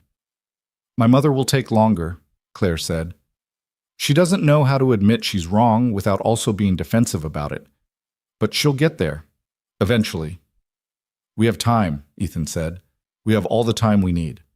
Claire pulled into Ethan's driveway but didn't turn off the engine immediately. Instead, she sat in the quiet car, staring at the house that had become as familiar to her as her own apartment. "When I brought up marriage in there," she said slowly, "I didn't plan it. It just came out. But Ethan, I meant it. I want to marry you, not because of our original arrangement, not because I'm trying to prove something to my parents, because I love you, and I love Mia, and I want to wake up in this house every morning for the rest of my life." Ethan's heart was racing, his palms suddenly sweaty. This was it, the moment where fantasy became reality or collapsed under the weight of too much too soon. "I don't have a ring," he said, which wasn't what he meant to say at all. Claire laughed, turning to face him in the dim light from the dashboard. "I don't need a ring. I need an answer." "Yes," Ethan said, the words simple and perfect and terrifying.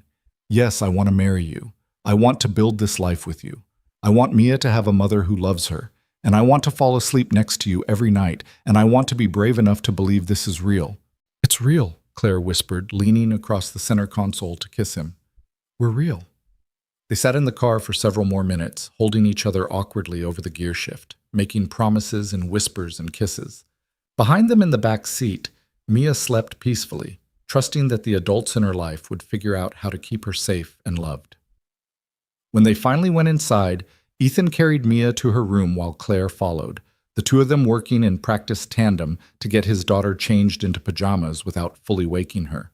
It was a domestic scene, intimate and ordinary and absolutely extraordinary in its implications.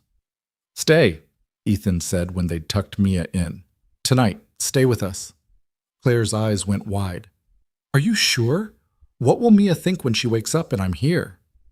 "I think she'll be thrilled," Ethan said honestly, "and I think we're past pretending this is casual or temporary. You're going to be her stepmother. Might as well start acting like family." So Claire stayed. She borrowed one of Ethan's t-shirts for pajamas, brushed her teeth with the toothbrush she'd started keeping in his bathroom, and climbed into bed beside him like it was something they'd done 1,000 times before instead of for the very first time.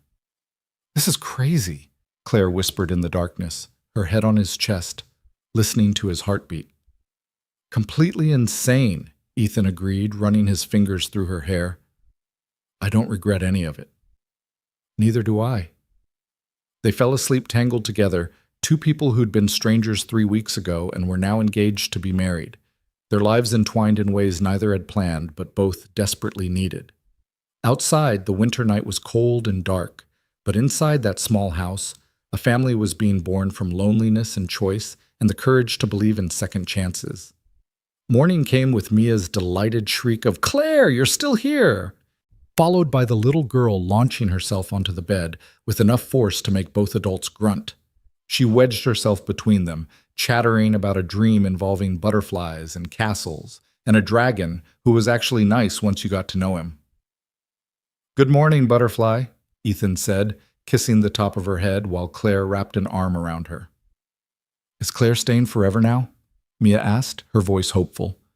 Ethan and Claire exchanged glances over her head, sharing a smile that held promises and futures and the weight of decisions made in restaurants and cars, and quiet moments of truth. "If that's okay with you," Claire said gently, "your daddy and I have been talking, and we'd like to be a real family. All three of us together." Mia was quiet for a moment, processing this with the seriousness she brought to all important matters. "Will you be my mom?" Claire's breath caught, and Ethan saw tears spring to her eyes. "I would be honored to be your mom, if you want me to be." "I want," Mia said decisively. "But can I still call you Claire, because I like your name?" "You can call me whatever feels right to you," Claire said, pulling Mia closer. "Mom, Claire, or anything in between. What matters is that we love each other." "I do love you," Mia said matter-of-factly. "You're nice, and you smell good, and you don't get bored when I talk about butterflies. Those are very important qualities in a mom." They stayed in bed for another hour, the three of them, talking about what their future might look like, what kind of wedding Mia wanted to help plan, whether Claire would bring her furniture or if they'd pick out new things together. It was ordinary and miraculous, this moment of a family deciding to become official, of choosing each other with full knowledge and open hearts.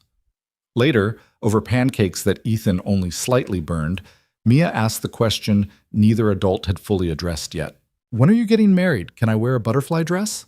Ethan looked at Claire, raising his eyebrows in question. They'd agreed to marriage but hadn't discussed timing, logistics, any of the practical details that would turn engagement into reality. "What do you think?" Claire asked him. "Long engagement, or should we just do it?" "I've already waited 5 years to be happy again," Ethan said honestly. "I don't want to wait anymore." "Me either." Claire reached across the table to take his hand. "So let's not. Let's get married soon. Small ceremony, just the people who matter, no more waiting for perfect timing or other people's approval." "I can make invitations," Mia declared, already planning her role in the proceedings. "With butterflies on them, and we need a cake with butterflies, and flowers that butterflies like so they come to the wedding." "All excellent points," Claire said seriously. "We should definitely consult you on all the important details."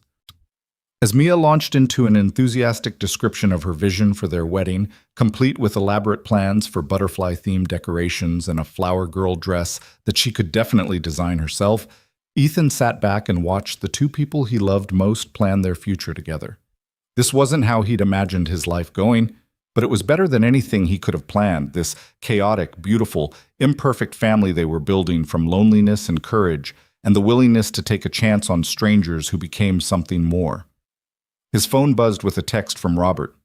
"Patricia and I would like to take you all to brunch this Sunday, if you're willing to give us another chance." Robert. Ethan showed the message to Claire, watching her face cycle through surprise, hope, and cautious optimism. "What do you think?" she asked. "I think," Ethan said slowly, "that if they're trying, we should let them. Family is complicated, but it's also worth fighting for." "Even when they're awful?" "Especially then," Ethan said, "because the only thing worse than having difficult family is having no family at all. And if they're genuinely trying to change, to accept us, then we owe it to ourselves and to Mia to let them." Claire typed out a response, her fingers steady now. "We'd love to. See you Sunday." The future was uncertain, full of challenges they hadn't anticipated and obstacles they'd need to navigate together. But as Ethan watched Claire and Mia pore over a butterfly encyclopedia, planning wedding decorations with the kind of serious focus most people reserved for corporate presentations, he felt something he hadn't felt in years: absolute, uncomplicated hope. They'd started this as two broken people proposing a practical solution to loneliness, but they'd become something else entirely. A family choosing each other every single day, building something real from the ashes of old pain and the courage to believe in new beginnings. Sunday brunch with Claire's parents went better than expected, though Patricia's warmth still felt performative, like she was reading from a script titled "How to Accept Your Daughter's Unconventional Choices."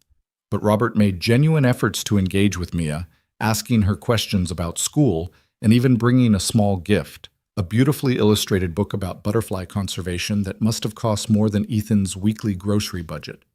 Mia accepted it with wide-eyed delight, immediately curling up in the restaurant booth to examine every page while the adults attempted civil conversation.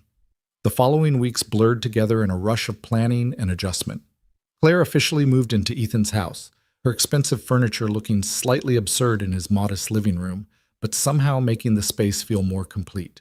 Mia helped her unpack, offering commentary on every item and asking approximately 700 questions about why Claire owned so many shoes. Different occasions require different footwear, Claire explained patiently, hanging dresses in the closet that now held both her designer clothes and Ethan's off-the-rack work shirts.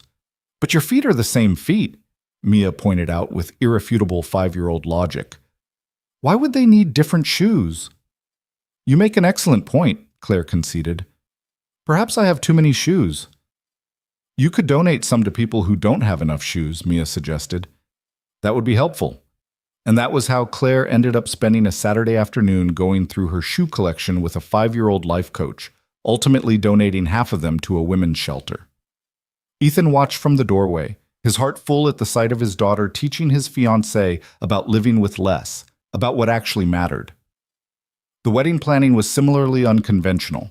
Claire wanted something small and intimate, which suited Ethan perfectly since his guest list consisted of approximately 12 people, including Mrs. Chen and some colleagues from work.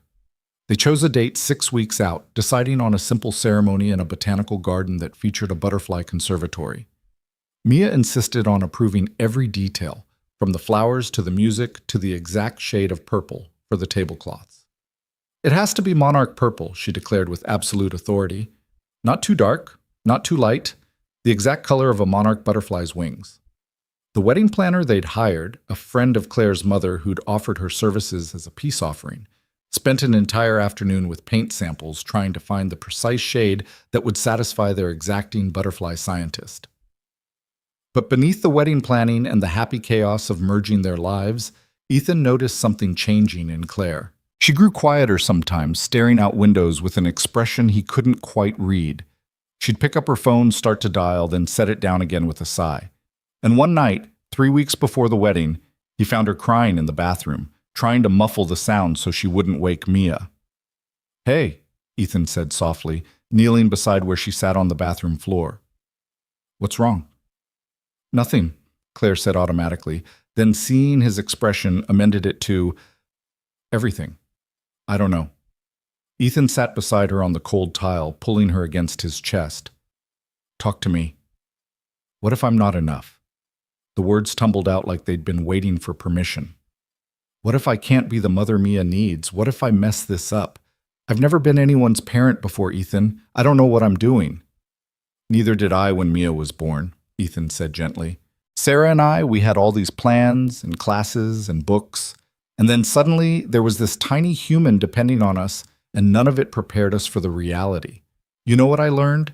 That there's no perfect way to be a parent. There's just showing up, making your best guess, apologizing when you get it wrong, and loving them through all of it. But what if my best isn't good enough? Claire's voice was small, vulnerable in a way she rarely allowed herself to be. Claire, you've been showing up for Mia since the day we met. You researched butterfly species because you knew it mattered to her.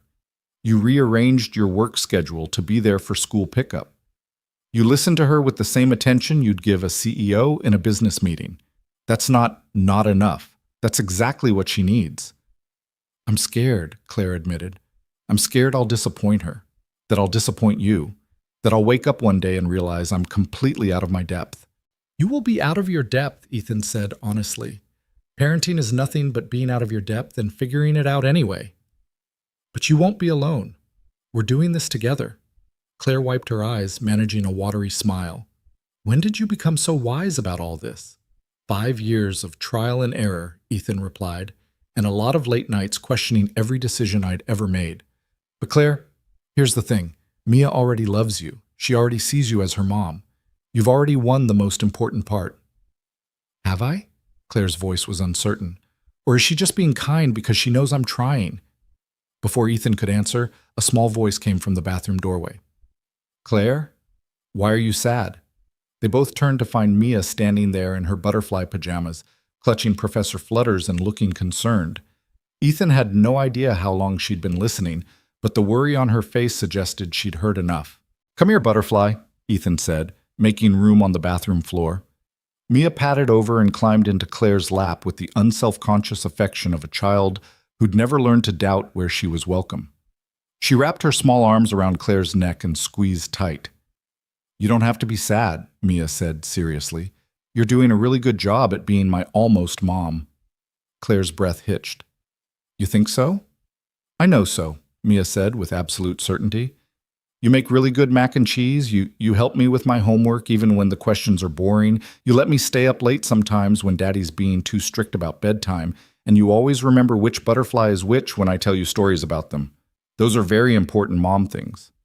"Those are very important," Claire agreed, her voice thick with emotion. "And also," Mia continued, pulling back to look Claire in the eyes with devastating directness, "you love my daddy, and you make him smile. He didn't smile much before you came. So even if you weren't good at the other stuff, which you are, you'd still be good for our family just because of that." Ethan felt his own throat tighten. His 5-year-old daughter, who should have been asleep, was sitting on a bathroom floor at midnight offering relationship counseling with the wisdom of someone who'd been watching and learning and understanding far more than he'd given her credit for. "Thank you, sweetheart," Claire said, hugging Mia close again. "That means everything to me." "You're welcome," Mia said, then yawned hugely. "Can we all sleep in the big bed tonight, like a family pile?" "A family pile sounds perfect," Ethan said, standing and offering Claire his hand. They ended up in a tangle of limbs in the queen bed that was really too small for 3 people, with Mia sprawled across both of them and Professor Flutters wedged somewhere in the middle. It was uncomfortable and warm and absolutely perfect. And Ethan fell asleep to the sound of Claire whispering to Mia about all the butterflies they'd see at the wedding. The next morning brought a phone call that changed everything. Ethan was making breakfast while Claire got Mia ready for school when his phone rang with an unknown number. He almost didn't answer, but something made him pick up. "Is this Ethan Brooks?" A woman's voice, professional and careful. "Speaking." "Mr. Brooks, my name is Jennifer Walsh. I'm calling from Family Services. I need to speak with you about your daughter's custody arrangement." The room tilted. Ethan gripped the counter, his knuckles white. "What? Why? What's happened?" "There's been a complaint filed questioning the stability of your home environment. Something about you getting married to someone you barely know and exposing your daughter to unstable living conditions." The words hit like physical blows. Ethan's mind raced, trying to understand. Who filed this complaint? "I'm not at liberty to say, but we need to conduct a home visit and interview to ensure Mia's welfare isn't being compromised. Would tomorrow afternoon work for you?" "Tomorrow? Yes, of course." Ethan was barely breathing. "But I need you to understand my daughter is perfectly safe and cared for. Whoever told you otherwise is lying. I'm sure it's just a formality, Mr. Brooks. We'll see you tomorrow at 2 o'clock. The call ended, and Ethan stood frozen in his kitchen, the pancakes he'd been making starting to burn on the griddle. Claire appeared in the doorway, took one look at his face, and immediately turned off the stove. "What happened?" "Someone reported me to Family Services," Ethan said, his voice hollow.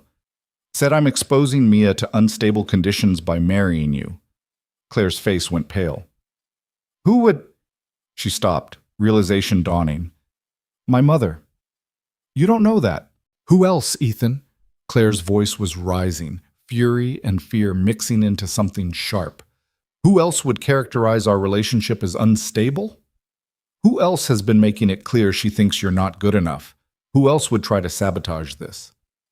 "We don't know it was her," Ethan repeated, but he was thinking about Patricia's stiff politeness, the way her warmth had felt rehearsed, the glances she'd exchanged with Robert when she thought no one was looking.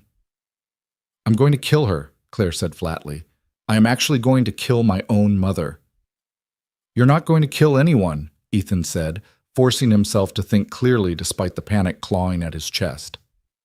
"We're going to handle this calmly. The home visit is tomorrow.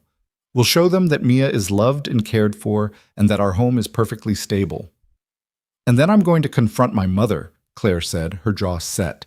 "Because if she did this, if she tried to take Mia away from you to punish me for my choices—" "Let's get through tomorrow first," Ethan interrupted. "One crisis at a time." But the crisis seemed determined to multiply. That afternoon, Ethan got a call from his boss asking him to come in early for a discussion about some concerns.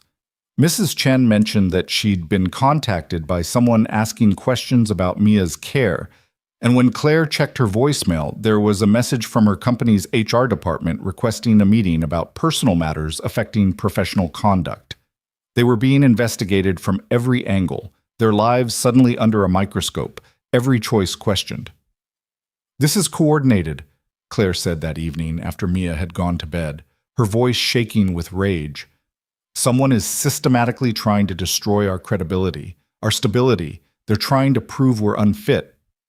"But we're not," Ethan said, though doubt was creeping in. "Mia is happy, healthy, thriving. Anyone who spends 5 minutes with her can see that." "That's not how the system works," Claire said bitterly. "It doesn't matter that we're good parents. What matters is whether we look stable on paper. And a single father marrying a woman he met 3 weeks ago, a woman moving into his home immediately, that looks impulsive, reckless." "So what do we do?" Ethan felt helpless, angry, terrified. Claire was quiet for a long moment, and when she spoke, her voice was heavy with decision. "We postpone the wedding." "What?" "We postpone it," Claire repeated, meeting his eyes. "Show family services that we're being cautious, that we're not rushing into anything. Give them time to do their investigation without the wedding hanging over it." "Absolutely not," Ethan said firmly. "We're not letting whoever did this dictate our lives. We're not proving them right by acting like we have something to hide." "Ethan, they could take Mia away." "They won't," Ethan said with more confidence than he felt, "because we haven't done anything wrong. We fell in love, we're getting married, we're building a family. There's nothing unstable or harmful about that. But if they decide, then we fight," Ethan interrupted. "We get a lawyer, we document everything, we show them exactly how loved and cared for Mia is. But we don't postpone our wedding. We don't give in to intimidation." Claire stared at him, her eyes bright with unshed tears. "I can't lose you both. If they take Mia, if this destroys everything we're building," "They won't," Ethan said, pulling her close. "I won't let them." But lying in bed that night, listening to Claire's breathing slowly even out into sleep, while his own mind raced with worst-case scenarios, Ethan wasn't sure he could keep that promise. The home visit the next day was excruciating. Jennifer Walsh was professional and thorough, walking through every room of the house, asking questions about sleeping arrangements, school performance, emotional well-being. She interviewed Mia separately, asking her about Claire, about the changes in her life, about how she felt about the wedding. Ethan and Claire waited in the living room, holding hands so tightly their fingers went numb, while their daughter's future was decided in her own bedroom. When Jennifer finally emerged with Mia, her expression was neutral, unreadable. "Based on my initial assessment," she said, "I don't see any immediate cause for concern. Mia is clearly well cared for, the home environment is stable, and she seems genuinely happy about the changes in her family structure." Ethan felt his knees weaken with relief. "However," Jennifer continued, and the word hung like an axe, "I will need to conduct a follow-up visit in 2 weeks and speak with some of the other individuals who've been contacted about your situation. Until then, I recommend maintaining the current stability. No major changes, no disruptions to Mia's routine." "Does that mean we should postpone the wedding?" Claire asked, her voice carefully neutral. Jennifer considered this. "That's your decision to make. But I will say that demonstrating patience and careful consideration of life changes would reflect well in my report." After she left, Ethan and Claire stood in their living room, the unspoken question hanging between them. "We postpone," Ethan said finally, the words tasting like failure. "Not because I want to, but because I won't risk Mia. She comes first." "She comes first," Claire echoed, and the pain in her voice matched his own. That evening, Claire drove to her parents' house without calling ahead. Ethan stayed home with Mia, helping her with homework while his mind was across town, imagining the confrontation he knew was happening. Claire let herself into the house she'd grown up in, finding her parents in the study where they spent most evenings. Patricia looked up from her book with surprise that quickly shifted to wariness. "Claire, darling, we weren't expecting you." "Did you call family services on Ethan?" Claire asked without preamble, her voice deadly calm. The silence that followed was answer enough. "Claire, we were concerned," Patricia began, but Claire cut her off with a raised hand. "Did you call them?" Patricia set down her book with elaborate care. We felt it was our responsibility to ensure our granddaughter's well-being. Mia is not your granddaughter, Claire said, each word precise and cutting. You have no legal relationship to her, no rights, no claim, and you just tried to have her taken away from the only father she's ever known. We were trying to protect her, Patricia protested. You barely know this man, Claire. You're moving too fast, making reckless decisions. I'm making the best decision of my life, Claire interrupted. I found a man who loves me, who sees me as more than my bank account or my ability to have children. I found a daughter who's brilliant and kind and makes me want to be better. I found a family, Mother, a real family, and you tried to destroy it. We wanted you to slow down, Robert said quietly. He looked older suddenly, tired. To think clearly about what you're doing. I am thinking clearly, Claire said. For the first time in my adult life, I'm thinking about what I actually want instead of what you want for me. And if you can't accept that, if you're going to sabotage my happiness because it doesn't fit your expectations, then you're not part of my life anymore. Claire, don't be dramatic, Patricia said, but her voice wavered. I'm not being dramatic. I'm being clear. Claire's voice was steady now, certain. Here's what's going to happen. You're going to call family services and withdraw your complaint. You're going to tell them you made a mistake, that you were concerned without cause, and that Ethan Brooks is an exemplary father who's providing Mia with a loving, stable home. We will not— You will, Claire interrupted. Or I'm done. No more dinners, no more phone calls, no more attempts at reconciliation. You'll have successfully driven away the only child you have because you couldn't accept that she found happiness in a way you didn't approve of. The threat hung in the air, heavy and real. Patricia's face had gone pale, while Robert looked between his wife and daughter with something like grief. And if we do what you're asking, Robert said quietly, if we withdraw the complaint, then you get another chance, Claire said, to be the grandparents Mia deserves, to be the parents I need, to actually support this family instead of trying to control it. She's 5 years old, Patricia said, her voice small. We don't even know her. Then get to know her, Claire said simply. But on our terms, with respect for Ethan, for me, for the life we're building. No more judgment, no more manipulation, no more attempts to prove we're making a mistake. Patricia and Robert exchanged a long look, the kind of silent communication that came from decades of marriage. We'll withdraw the complaint, Robert said finally. We'll call first thing tomorrow. Tonight, Claire corrected.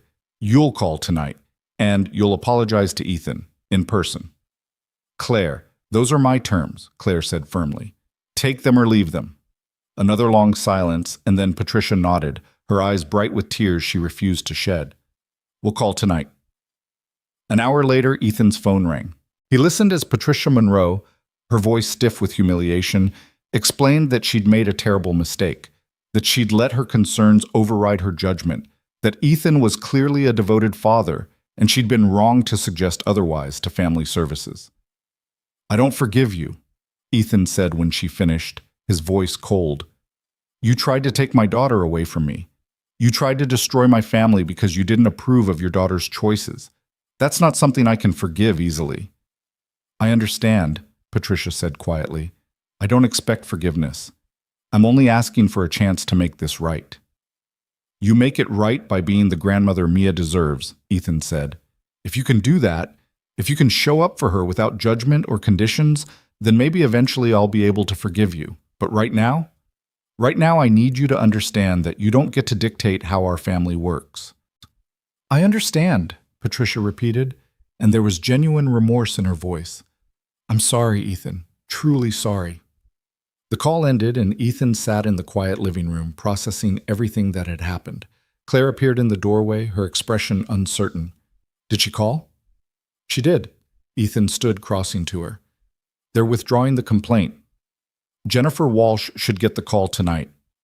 Claire's knees gave out, and Ethan caught her, holding her while she cried with relief and residual fear and anger at her parents for putting them through this. I told them if they ever try something like this again, I'm done, Claire said when she could speak. I meant it, Ethan. I will choose you and Mia over them every single time. I know, Ethan said, kissing her forehead. I know you will. Can we unpostpone the wedding? Claire asked, pulling back to look at him. I don't want to wait anymore. I don't want to give anyone else time to try to stop this. We unpostpone, Ethan agreed. We get married exactly when we planned, and anyone who has a problem with it can stay home. They stood in the doorway, holding each other, while upstairs Mia slept peacefully, unaware of how close they'd come to losing everything they'd built. The next morning brought a call from Jennifer Walsh confirming that the complaint had been withdrawn and the case was closed. She still wanted to conduct her follow-up visit, she explained, but it would be strictly routine at this point. When she came 2 weeks later, she found a house full of wedding preparations, with Mia directing operations with the authority of a general commanding troops. The butterfly-themed decorations were taking over every surface, and Claire's expensive furniture was draped with fabric samples, while Ethan's dining table disappeared under seating charts and flower arrangements. This looks like organized chaos, Jennifer observed, watching Mia explain her vision for the ceremony to a bemused Claire. It is, Ethan agreed cheerfully. Welcome to our family. Jennifer's report, when it came, was glowing. She noted Mia's obvious happiness, the strong bond between all three family members, and the stable, loving environment they'd created. She recommended the case be permanently closed with no further action needed. The wedding was 4 days away when Patricia and Robert called to ask if they could attend. Claire looked at Ethan, the decision clearly his to make. Yes, he said, surprising himself, but they sit in the back, and if they cause any problems, any at all, they leave. Fair enough, Claire agreed. On the morning of the wedding, Ethan woke to find Mia already awake, sitting at the foot of his bed with Professor Flutters and an expression of deep concentration. Big day, Butterfly, he said, sitting up. Are you nervous? Mia asked. You look nervous. A little, Ethan admitted, but good nervous. Like before something exciting happens. Claire's nervous too, Mia confided. She was pacing the guest room and talking to herself. I told her it's okay to be nervous, but she should probably eat breakfast anyway. Did she listen? She ate half a banana, Mia reported. That's something. Ethan laughed, pulling his daughter into a hug. You know you're pretty amazing, right? I know, Mia said matter-of-factly. Are you ready to marry Claire and make her officially my mom? More than ready. Good, Mia said, scrambling off the bed. Because I already made her a card that says, Welcome to our family, and it would be weird if you changed your mind now. The ceremony took place in the Butterfly Conservatory as planned, surrounded by plants and flowers and dozens of butterflies fluttering through the warm, humid air. Mia served as flower girl, scattering purple petals with such dramatic flair that half the guests were laughing. Claire walked herself down the aisle, looking stunning in a simple cream dress that made Ethan's breath catch. Patricia and Robert sat in the back row as promised, and Ethan saw genuine tears in Patricia's eyes as her daughter said her vows. When it was Ethan's turn to speak, he looked at Claire and saw his entire future reflected back at him. 3 weeks ago, he began, you asked me the strangest question I'd ever heard. You asked me to marry you because we were both lonely and both tired of being rejected for things we couldn't control. And I said yes because it seemed like a solution to a problem. He paused, his voice thick with emotion. But Claire, you're not a solution. You're everything I didn't know I was missing. Your laughter in my quiet house and Butterfly's conversations at breakfast and someone who sees Mia as the miracle she is. You're my best friend, my partner, and the love I thought I'd lost forever. So yes, I'll marry you. Not because we're lonely, but because with you, I'll never be lonely again. Claire was crying openly now, and when she tried to recite her own vows, she had to stop twice to collect herself. I came to you offering practicality, she finally managed. But Ethan, you gave me magic. You gave me a family when I thought I'd never have one. You gave me a daughter who teaches me daily what unconditional love looks like. You gave me hope when I'd forgotten what that felt like. So yes, I'll marry you. Not because it makes sense on paper, but because it makes sense in every way that actually matters. When they kissed, sealing promises made first in desperation and now in absolute certainty, Mia cheered so loudly that several butterflies startled into flight around them. The image was perfect, exactly what their family had become, chaotic and beautiful and absolutely right. At the reception, Mia gave a speech she'd written herself, reading carefully from index cards decorated with hand-drawn butterflies. When Daddy first told me about Claire, she read seriously, I was nervous because I didn't want someone who would try to replace my first mommy. But Claire didn't try to replace anyone. She just added more love. Like Daddy says about the sky. It just keeps expanding. And now I have two mommies, even though I only got to know one of them, and that's pretty special. There wasn't a dry eye in the conservatory. Later, as Ethan danced with his new wife while Mia spun in circles nearby, he caught sight of Patricia watching them. She met his eyes, and he saw something in her expression that looked almost like understanding. Not approval exactly, but acceptance. A recognition that her daughter had found something real, something worth fighting for. It wasn't forgiveness, not yet, but it was a beginning. As the reception wound down and Mia finally succumbed to exhaustion, falling asleep on a chair with her flower girl basket clutched to her chest, Ethan and Claire stood together watching their daughter sleep. We did it, Claire whispered. We actually did it. We did, Ethan agreed. Now comes the easy part. The easy part? The rest of our lives together. Claire laughed softly, leaning her head on his shoulder. If the last month is any indication, nothing about our lives together will be easy. True, Ethan conceded, but it'll be worth it. And as he stood there with his sleeping daughter and his new wife, surrounded by the ruins of their wedding reception and the promise of tomorrow, Ethan believed it with every fiber of his being. They'd started as strangers proposing a practical solution to loneliness. They'd become a family through choice and courage and the willingness to fight for what mattered. And whatever challenges lay ahead, they'd face them the same way they'd faced everything else. Together. The honeymoon was a weekend trip to a nearby lake cabin, modest compared to what Claire could have afforded, but perfect for their small family. Mia spent hours catching fireflies in jars, releasing them before bedtime with solemn wishes whispered into the night air. Claire taught her how to skip stones across the water while Ethan watched from the dock, his heart so full it hurt. This is what happiness looks like, Claire said one evening after Mia had fallen asleep between them in the cabin's oversized bed.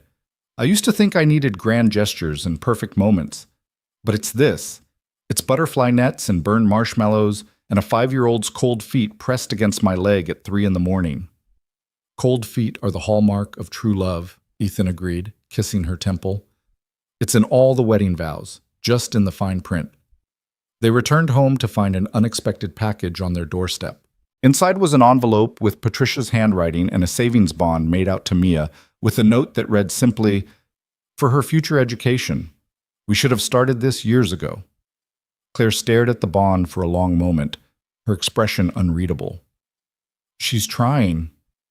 She is, Ethan agreed carefully. The question is whether we let her. I think we have to, Claire said slowly.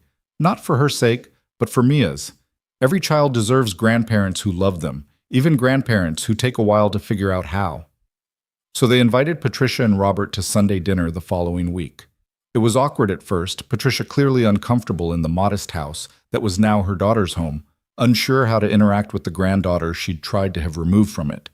But Mia, with the forgiveness that came naturally to children who hadn't yet learned to hold grudges, solved the problem by presenting Patricia with a detailed lecture on the monarch migration. They fly all the way from Canada to Mexico, Mia explained, using hand gestures to demonstrate the journey. That's like thousands of miles. And they've never been there before, but somehow they know exactly where to go. Isn't that amazing? It is amazing, Patricia said, and for once the interest in her voice sounded genuine. How do they know where to go? Scientists think it's something called an internal compass, Mia continued, delighted to have an attentive audience. Like they have a map built into their bodies. Daddy says maybe people have that too, but we just don't listen to it enough. Patricia glanced at Ethan, something shifting in her expression. That's very wise. Daddy's pretty smart, Mia said loyally. He helps people with their money, and he always knows when I'm upset even if I don't say anything, and he makes really good grilled cheese sandwiches. High praise indeed, Robert said, and there was warmth in his voice that hadn't been there before. Over pot roast that Claire had labored over all afternoon, consulting 3 recipes and calling her mother twice for advice, the conversation slowly found its footing. Robert asked Ethan about his work with genuine interest, listening to explanations of tax law with the focus he'd probably once reserved for business meetings. Patricia complimented Claire's cooking, then admitted she'd never actually learned to cook herself, having always had household staff.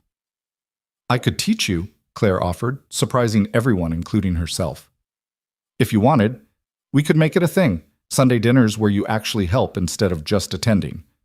Patricia looked startled, then thoughtful. I'd like that. Though I should warn you, I'm terrible in the kitchen. That's okay, Mia piped up. Claire burned the first 3 batches of cookies she made with me. Now she only burns every other batch. That's called improvement.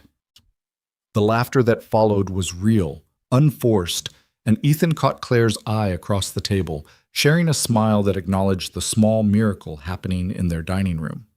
After dinner, while Claire and Patricia attempted to make apple pie in the kitchen with Mia as their enthusiastic supervisor, Robert pulled Ethan aside on the back porch. I owe you an apology, Robert said without preamble. A real one, not the corporate nonsense I gave you before. What we did, calling family services, trying to interfere with your custody, that was unconscionable. And it came from a place of fear and control rather than genuine concern. Ethan leaned against the porch railing, considering his response. Why are you telling me this now? Because I watched my daughter in there, teaching my wife to make pie while your daughter explains the finer points of butter consistency, and I realized that Claire is happy. Genuinely, radiantly happy in a way I haven't seen since she was a child. And you did that. You and Mia, you gave her something we never could. We gave each other something, Ethan corrected. That's how this works. It's not about one person saving another. It's about 2 broken people deciding to be broken together until they figure out how to be whole. Robert was quiet for a moment, watching through the window as Patricia carefully measured flour, while Claire offered gentle corrections and Mia taste-tested the apple filling. I spent my whole life trying to control outcomes, to engineer success through careful planning and strategic choices. But you can't engineer love. You can't plan for the kind of family you've built here. No, Ethan agreed. You really can't. I want to be part of it, Robert said, and there was vulnerability in his voice that Ethan had never heard before. Part of Mia's life, part of what you're building. But I don't know how to do that without trying to control or fix or improve things. You start by showing up, Ethan said simply, by being present without expectations, by loving Mia for who she is rather than who you think she should become, by supporting Claire's choices even when you don't understand them. That simple? That's simple. That hard. They stood in companionable silence, watching their family through the window, until Mia's voice called them inside to judge the pie-making competition. The following months brought a rhythm to their expanded family that felt both strange and right. Patricia came every Sunday to cook with Claire, her skills improving slowly while her relationship with her daughter deepened. Robert started a tradition of taking Mia to the Natural History Museum every other Saturday, indulging her butterfly obsession with the kind of focused attention he'd once reserved for business deals. Claire settled into her role as Mia's mother with growing confidence, navigating the challenging moments with grace. When Mia had nightmares, Claire was there with soothing words and back rubs. When parent-teacher conferences revealed that Mia was testing above grade level but struggling socially with children her own age, Claire researched programs for gifted students and arranged playdates with other science-minded kids. You're a natural at this, Ethan told her one night after a particularly trying day involving a school project on insects that had resulted in 17 reference books spread across the living room and a heated debate about whether spiders counted as insects. I'm terrified every single day that I'm doing it wrong, Claire admitted. But I love her so much that the terror feels worth it. Welcome to parenthood, Ethan said. The terror never goes away. You just get better at functioning through it. 6 months after the wedding, Claire came home from a doctor's appointment with tears streaming down her face. Ethan's heart stopped, his mind immediately jumping to worst-case scenarios. What's wrong? What did they say? Nothing's wrong, Claire said, laughing through her tears. Everything's right. Ethan, I know the doctor said I couldn't have children. I know that was definitive, but apparently biology doesn't always follow the rules because I'm pregnant. The world tilted. Ethan gripped the back of a chair, his legs suddenly unreliable. You're what? Pregnant. 8 weeks. The doctor said it's a medical miracle, that the chances were basically zero, but somehow, Claire's voice broke. Somehow we're going to have a baby.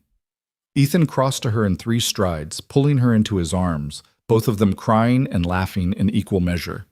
This impossible woman who'd proposed marriage in a restaurant, who'd fought her parents and family services and every obstacle life had thrown at them, was giving him another child, was giving Mia a sibling. Does Mia know? He managed to ask. Not yet. I wanted to tell you first, but Ethan, what if she's upset? What if she feels like we're replacing her, or she's going to be thrilled, Ethan interrupted. Trust me. She's been asking for a baby sibling since before we even got married. She has a whole list of names picked out. She does? She does. They're all butterfly themed. I hope you're prepared for the possibility of naming our child Monarch or Swallowtail. Claire laughed, the sound bright with joy and disbelief. We're having a baby. We're having a baby, Ethan echoed, the reality of it finally sinking in. They told Mia that evening, sitting her down in the living room with an air of ceremony that immediately made her suspicious. Am I in trouble? She asked, her eyes wide. Because I didn't mean to bring that caterpillar inside. It was an accident. You brought a caterpillar inside? Ethan asked, momentarily distracted. It was for science, Mia said defensively. And also he looked cold. We'll discuss the indoor caterpillar policy later, Claire said, fighting a smile. Right now we have something important to tell you. Something that's going to change our family. Mia's expression grew serious, and Ethan could see her mind working through possibilities. Are you getting divorced? Because Jessie's parents got divorced and she said it was really sad. No, Butterfly, we're not getting divorced, Ethan assured her quickly. This is happy news. At least, we hope you'll think it's happy news. I'm going to have a baby, Claire said simply. You're going to be a big sister. Mia's mouth fell open, her eyes going impossibly wide. For a long moment, she didn't speak, didn't move, and Ethan started to worry about her reaction. Then she launched herself at Claire with enough force to knock her backward on the couch.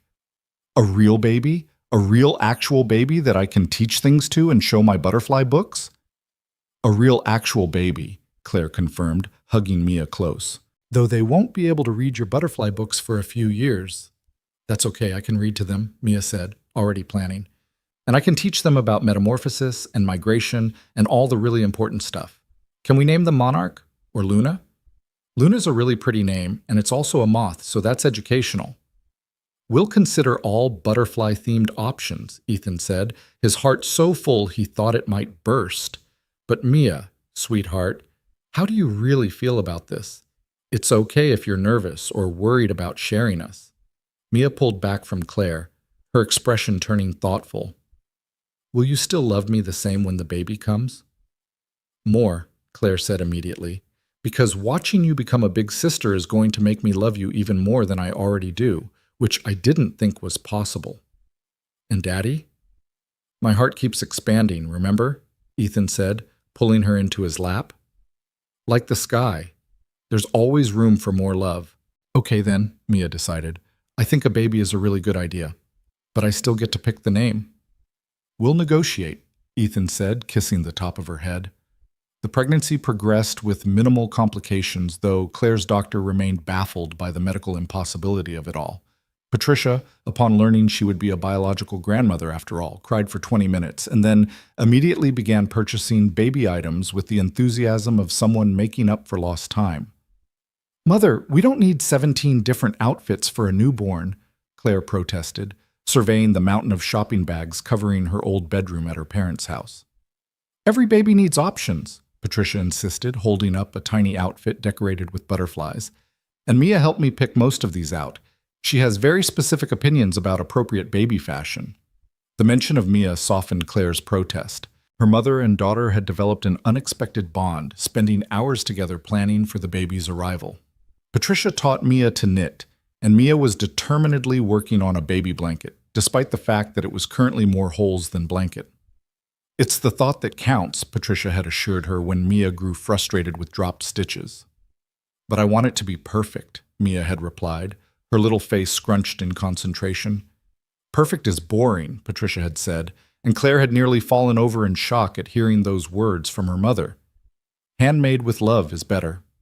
Now, watching her mother carefully fold baby clothes with the kind of tender attention she'd never shown to any task when Claire was growing up, Claire felt something loosen in her chest. "Thank you," she said quietly, "for trying, for being here." Patricia looked up, her eyes bright. "Thank you for letting me, for giving me another chance when I didn't deserve one." She set down the tiny outfit, meeting her daughter's gaze. "I was so focused on what I thought your life should look like that I nearly destroyed the life you were actually building. I'm grateful every day that you didn't let me." "You're my mother," Claire said simply. "I needed you to be part of this, even when you were making it difficult." "I'll try to make it less difficult going forward," Patricia promised, "though I make no guarantees about spoiling my grandchildren absolutely rotten." "I can live with that." Mia's 7th birthday came 2 months before the baby's due date, and they celebrated with a butterfly-themed party in the backyard.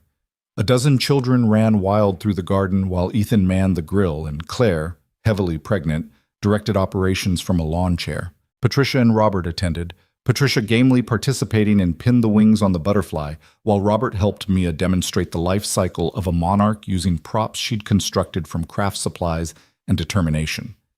Watching her family, both the one she'd been born into and the one she'd chosen, celebrate her daughter's birthday, Claire felt a peace she'd never known was possible.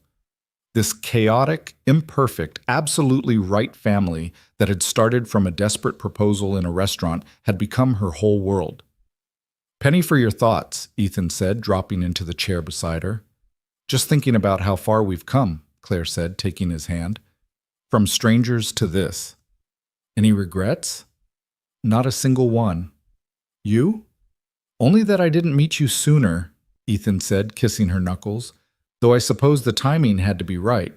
We had to be broken in just the right ways to fit together." "That's very poetic for a man who smells like barbecue smoke," Claire teased.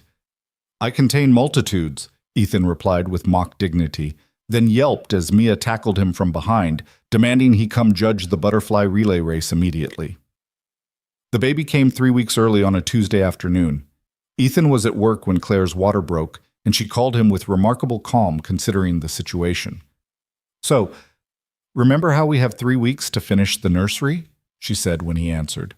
"Turns out we don't. The baby has other plans." Ethan's heart stopped. "You're in labor?" "Very much so. Mrs. Chen is here with Mia. My bag is packed. And Ethan, you might want to drive carefully but also quickly." He made it home in record time, found Claire timing contractions on the couch, while Mia hovered nearby with a mixture of excitement and concern. "Is Claire okay?" Mia asked immediately. "She's making weird breathing sounds." "Claire is perfect," Ethan assured her, though his own panic was barely contained. "She's just working very hard to bring your sibling into the world." "Can I come to the hospital?" Mia asked hopefully. "Not for the actual birth, Butterfly," Claire managed between contractions. "But Grandma Patricia and Grandpa Robert are going to bring you as soon as the baby's here." The title Grandma and Grandpa had evolved naturally over the past months, Mia deciding that her baby siblings' grandparents should be her grandparents too. Patricia had cried the first time Mia used it. Labor was intense and exhausting, and there were moments when Claire gripped Ethan's hand hard enough to leave bruises. Moments when she questioned every life choice that had led to this particular pain. But when the doctor finally placed a squalling, perfect baby girl in her arms, every second of discomfort evaporated into pure joy. "She's beautiful," Ethan breathed, tears streaming down his face as he looked at their daughter. "She's absolutely perfect." "What should we name her?" Claire asked, gently touching the baby's tiny hand. They'd debated names for months, unable to agree, but looking at their daughter now, Ethan knew exactly what felt right. "Sarah," he said quietly, "after Mia's first mother, if that's okay with you." Claire looked up at him, understanding and love shining in her eyes. "Sarah Brooks, it's perfect." "Sarah Luna Brooks," Ethan corrected. "We promised Mia a butterfly name after all." When Patricia, Robert, and Mia arrived an hour later, Mia approached the hospital bed with uncharacteristic caution, her eyes huge as she stared at the tiny bundle in Claire's arms. "This is your sister," Claire said softly. "Sarah Luna. Would you like to hold her?" I don't want to break her, Mia whispered. You won't, Ethan assured her, helping her settle into a chair before carefully placing the baby in her arms. Just support her head like this. Mia stared down at Sarah with an expression of wonder and fierce protection that made every adult in the room tear up. Hi, Sarah, Mia said seriously. I'm your big sister, Mia. I'm going to teach you about butterflies and how to read and why broccoli is a live vegetable. We're going to be best friends, okay? Sarah's tiny hand wrapped around Mia's finger, and the bond was sealed. Patricia stepped forward, her own eyes bright with tears. May I? Claire nodded, and Patricia gently took her granddaughter, cradling her with a tenderness that suggested she was relearning something she'd forgotten long ago. Hello, little one, Patricia whispered. Welcome to this wonderful, chaotic family. We're all a bit of a mess, but we love each other fiercely. You're going to fit right in. The first months with a newborn were exhausting in ways Ethan had forgotten since Mia's infancy. Sarah had strong opinions about sleep, most of them involving refusing to do it. But this time, Ethan wasn't alone. Claire took the night shift while he handled early mornings. Mia helped with diaper changes and entertained her sister with butterfly facts when Sarah cried. And Patricia, surprisingly, became a regular presence, offering to babysit so Ethan and Claire could occasionally remember what it felt like to sleep for more than 3 hours straight. I never did this with Claire, Patricia admitted one afternoon while successfully soothing Sarah to sleep. I had nannies for everything. I missed so much because I thought my career and social obligations were more important than being present. I won't make that mistake with my grandchildren. You're doing great now, Claire said gently. That's what matters. On Sarah's 6-month birthday, the whole family gathered at Ethan and Claire's house for a celebration. It was cramped and chaotic, with too many people in too small a space, but it was perfect. Mia gave Sarah a stuffed monarch butterfly she'd saved her allowance to buy. Patricia presented a hand-knitted blanket she'd been secretly working on for months. Robert surprised everyone by producing a savings bond for Sarah matching the one he'd given Mia, officially treating both girls as equals. As the evening wound down and guests departed, Ethan found himself on the back porch with Claire, watching through the window as Mia showed Sarah a picture book about butterflies while the baby grabbed at the pages with chubby hands. We did it, Claire said softly. We built something real. We did, Ethan agreed, pulling her close. From the most improbable beginning to this. Do you ever think about that night, Claire asked, when I asked you to marry me? Do you ever wonder what would have happened if you'd said no? Every day, Ethan admitted. And every day I'm grateful I was brave enough to say yes. Brave or crazy? Both. Definitely both. They stood together in the gathering dusk, watching their daughters through the window, feeling the weight and wonder of the family they'd chosen to build. A year later, on the anniversary of that Christmas night, when a desperate proposal had changed everything, Ethan took Claire back to the restaurant where they'd met. They sat at the same table, now intentionally reserved, and ordered the same wine that had sat untouched 2 years earlier. To improbable beginnings, Ethan said, raising his glass. To choosing love over loneliness, Claire added, touching her glass to his. To butterfly scientists and miracle babies, Ethan continued. To families that expand like the sky, Claire finished, her eyes bright with happy tears. They drank to all of it, to the strange and winding road that had brought them here. Later, walking to the car through snow that sparkled under streetlights, Claire stopped suddenly. What? Ethan asked, concerned. I just realized something, Claire said, wonder in her voice. I'm not lonely anymore. I haven't been lonely in so long that I forgot what it felt like. You did that. You and Mia and Sarah, you filled all those empty spaces I thought would be hollow forever. You did the same for me, Ethan said, cupping her face in his hands. You took a man who was just surviving and reminded him how to actually live. They kissed in the falling snow, two people who'd started as strangers proposing a practical arrangement and had become partners in the truest sense. They'd faced judgment and interference and their own doubts, but they'd chosen each other every single day, and that choice had built something stronger than either had imagined possible. At home, Mrs. Chen reported that both girls had been perfect angels, a claim immediately disproved by the pillow fort that had taken over the living room and the glitter that somehow covered every surface. There may have been a minor craft project explosion, Mrs. Chen admitted, but they had fun. After she left, Ethan and Claire found their daughters asleep in the fort, Mia's arm protectively around Sarah, butterfly books scattered around them like fallen leaves. Professor Flutters stood guard at the entrance, and someone had hung a sign that read, "Best Family Fort, no mean grandmas allowed." "We should probably talk to her about that sign," Claire whispered. "Probably," Ethan agreed. "But maybe tomorrow." They carefully extracted their daughters from the fort, Ethan carrying Sarah to her crib while Claire walked Mia to her room.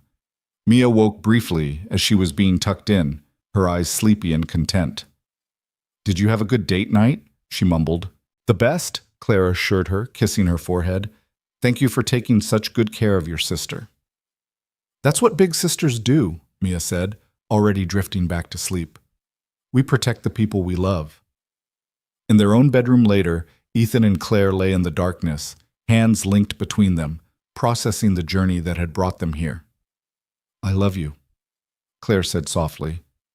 "I know I say it every day, but I want you to know I mean it more each time.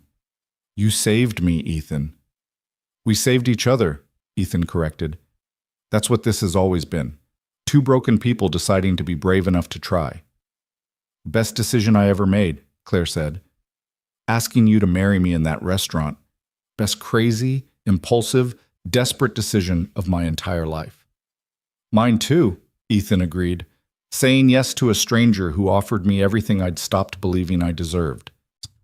They fell asleep like that, hands linked, hearts full, in the house that had become a home for a family built on choice and courage and the radical act of believing in second chances.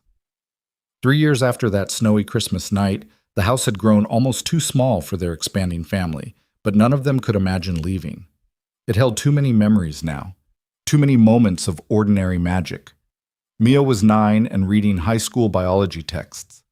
Sarah was 2 and had inherited her sister's love of butterflies along with her mother's determination and her father's gentle heart.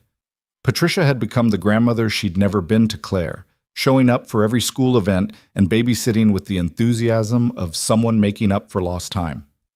Robert had retired early to spend more time with his granddaughters, claiming they were more interesting than any business deal he'd ever made. On Christmas night, exactly 3 years after that fateful restaurant encounter, the whole family gathered at Ethan and Claire's house. The table barely fit everyone, but they squeezed in, passing dishes and sharing stories and laughing at Mia's detailed explanation of her latest science fair project. "To family," Robert said, raising his glass in a toast. "To the ones we're born with and the ones we choose." "To butterfly scientists and miracle babies," Patricia added, smiling at her granddaughters. "To brave choices," Claire said, meeting Ethan's eyes across the table.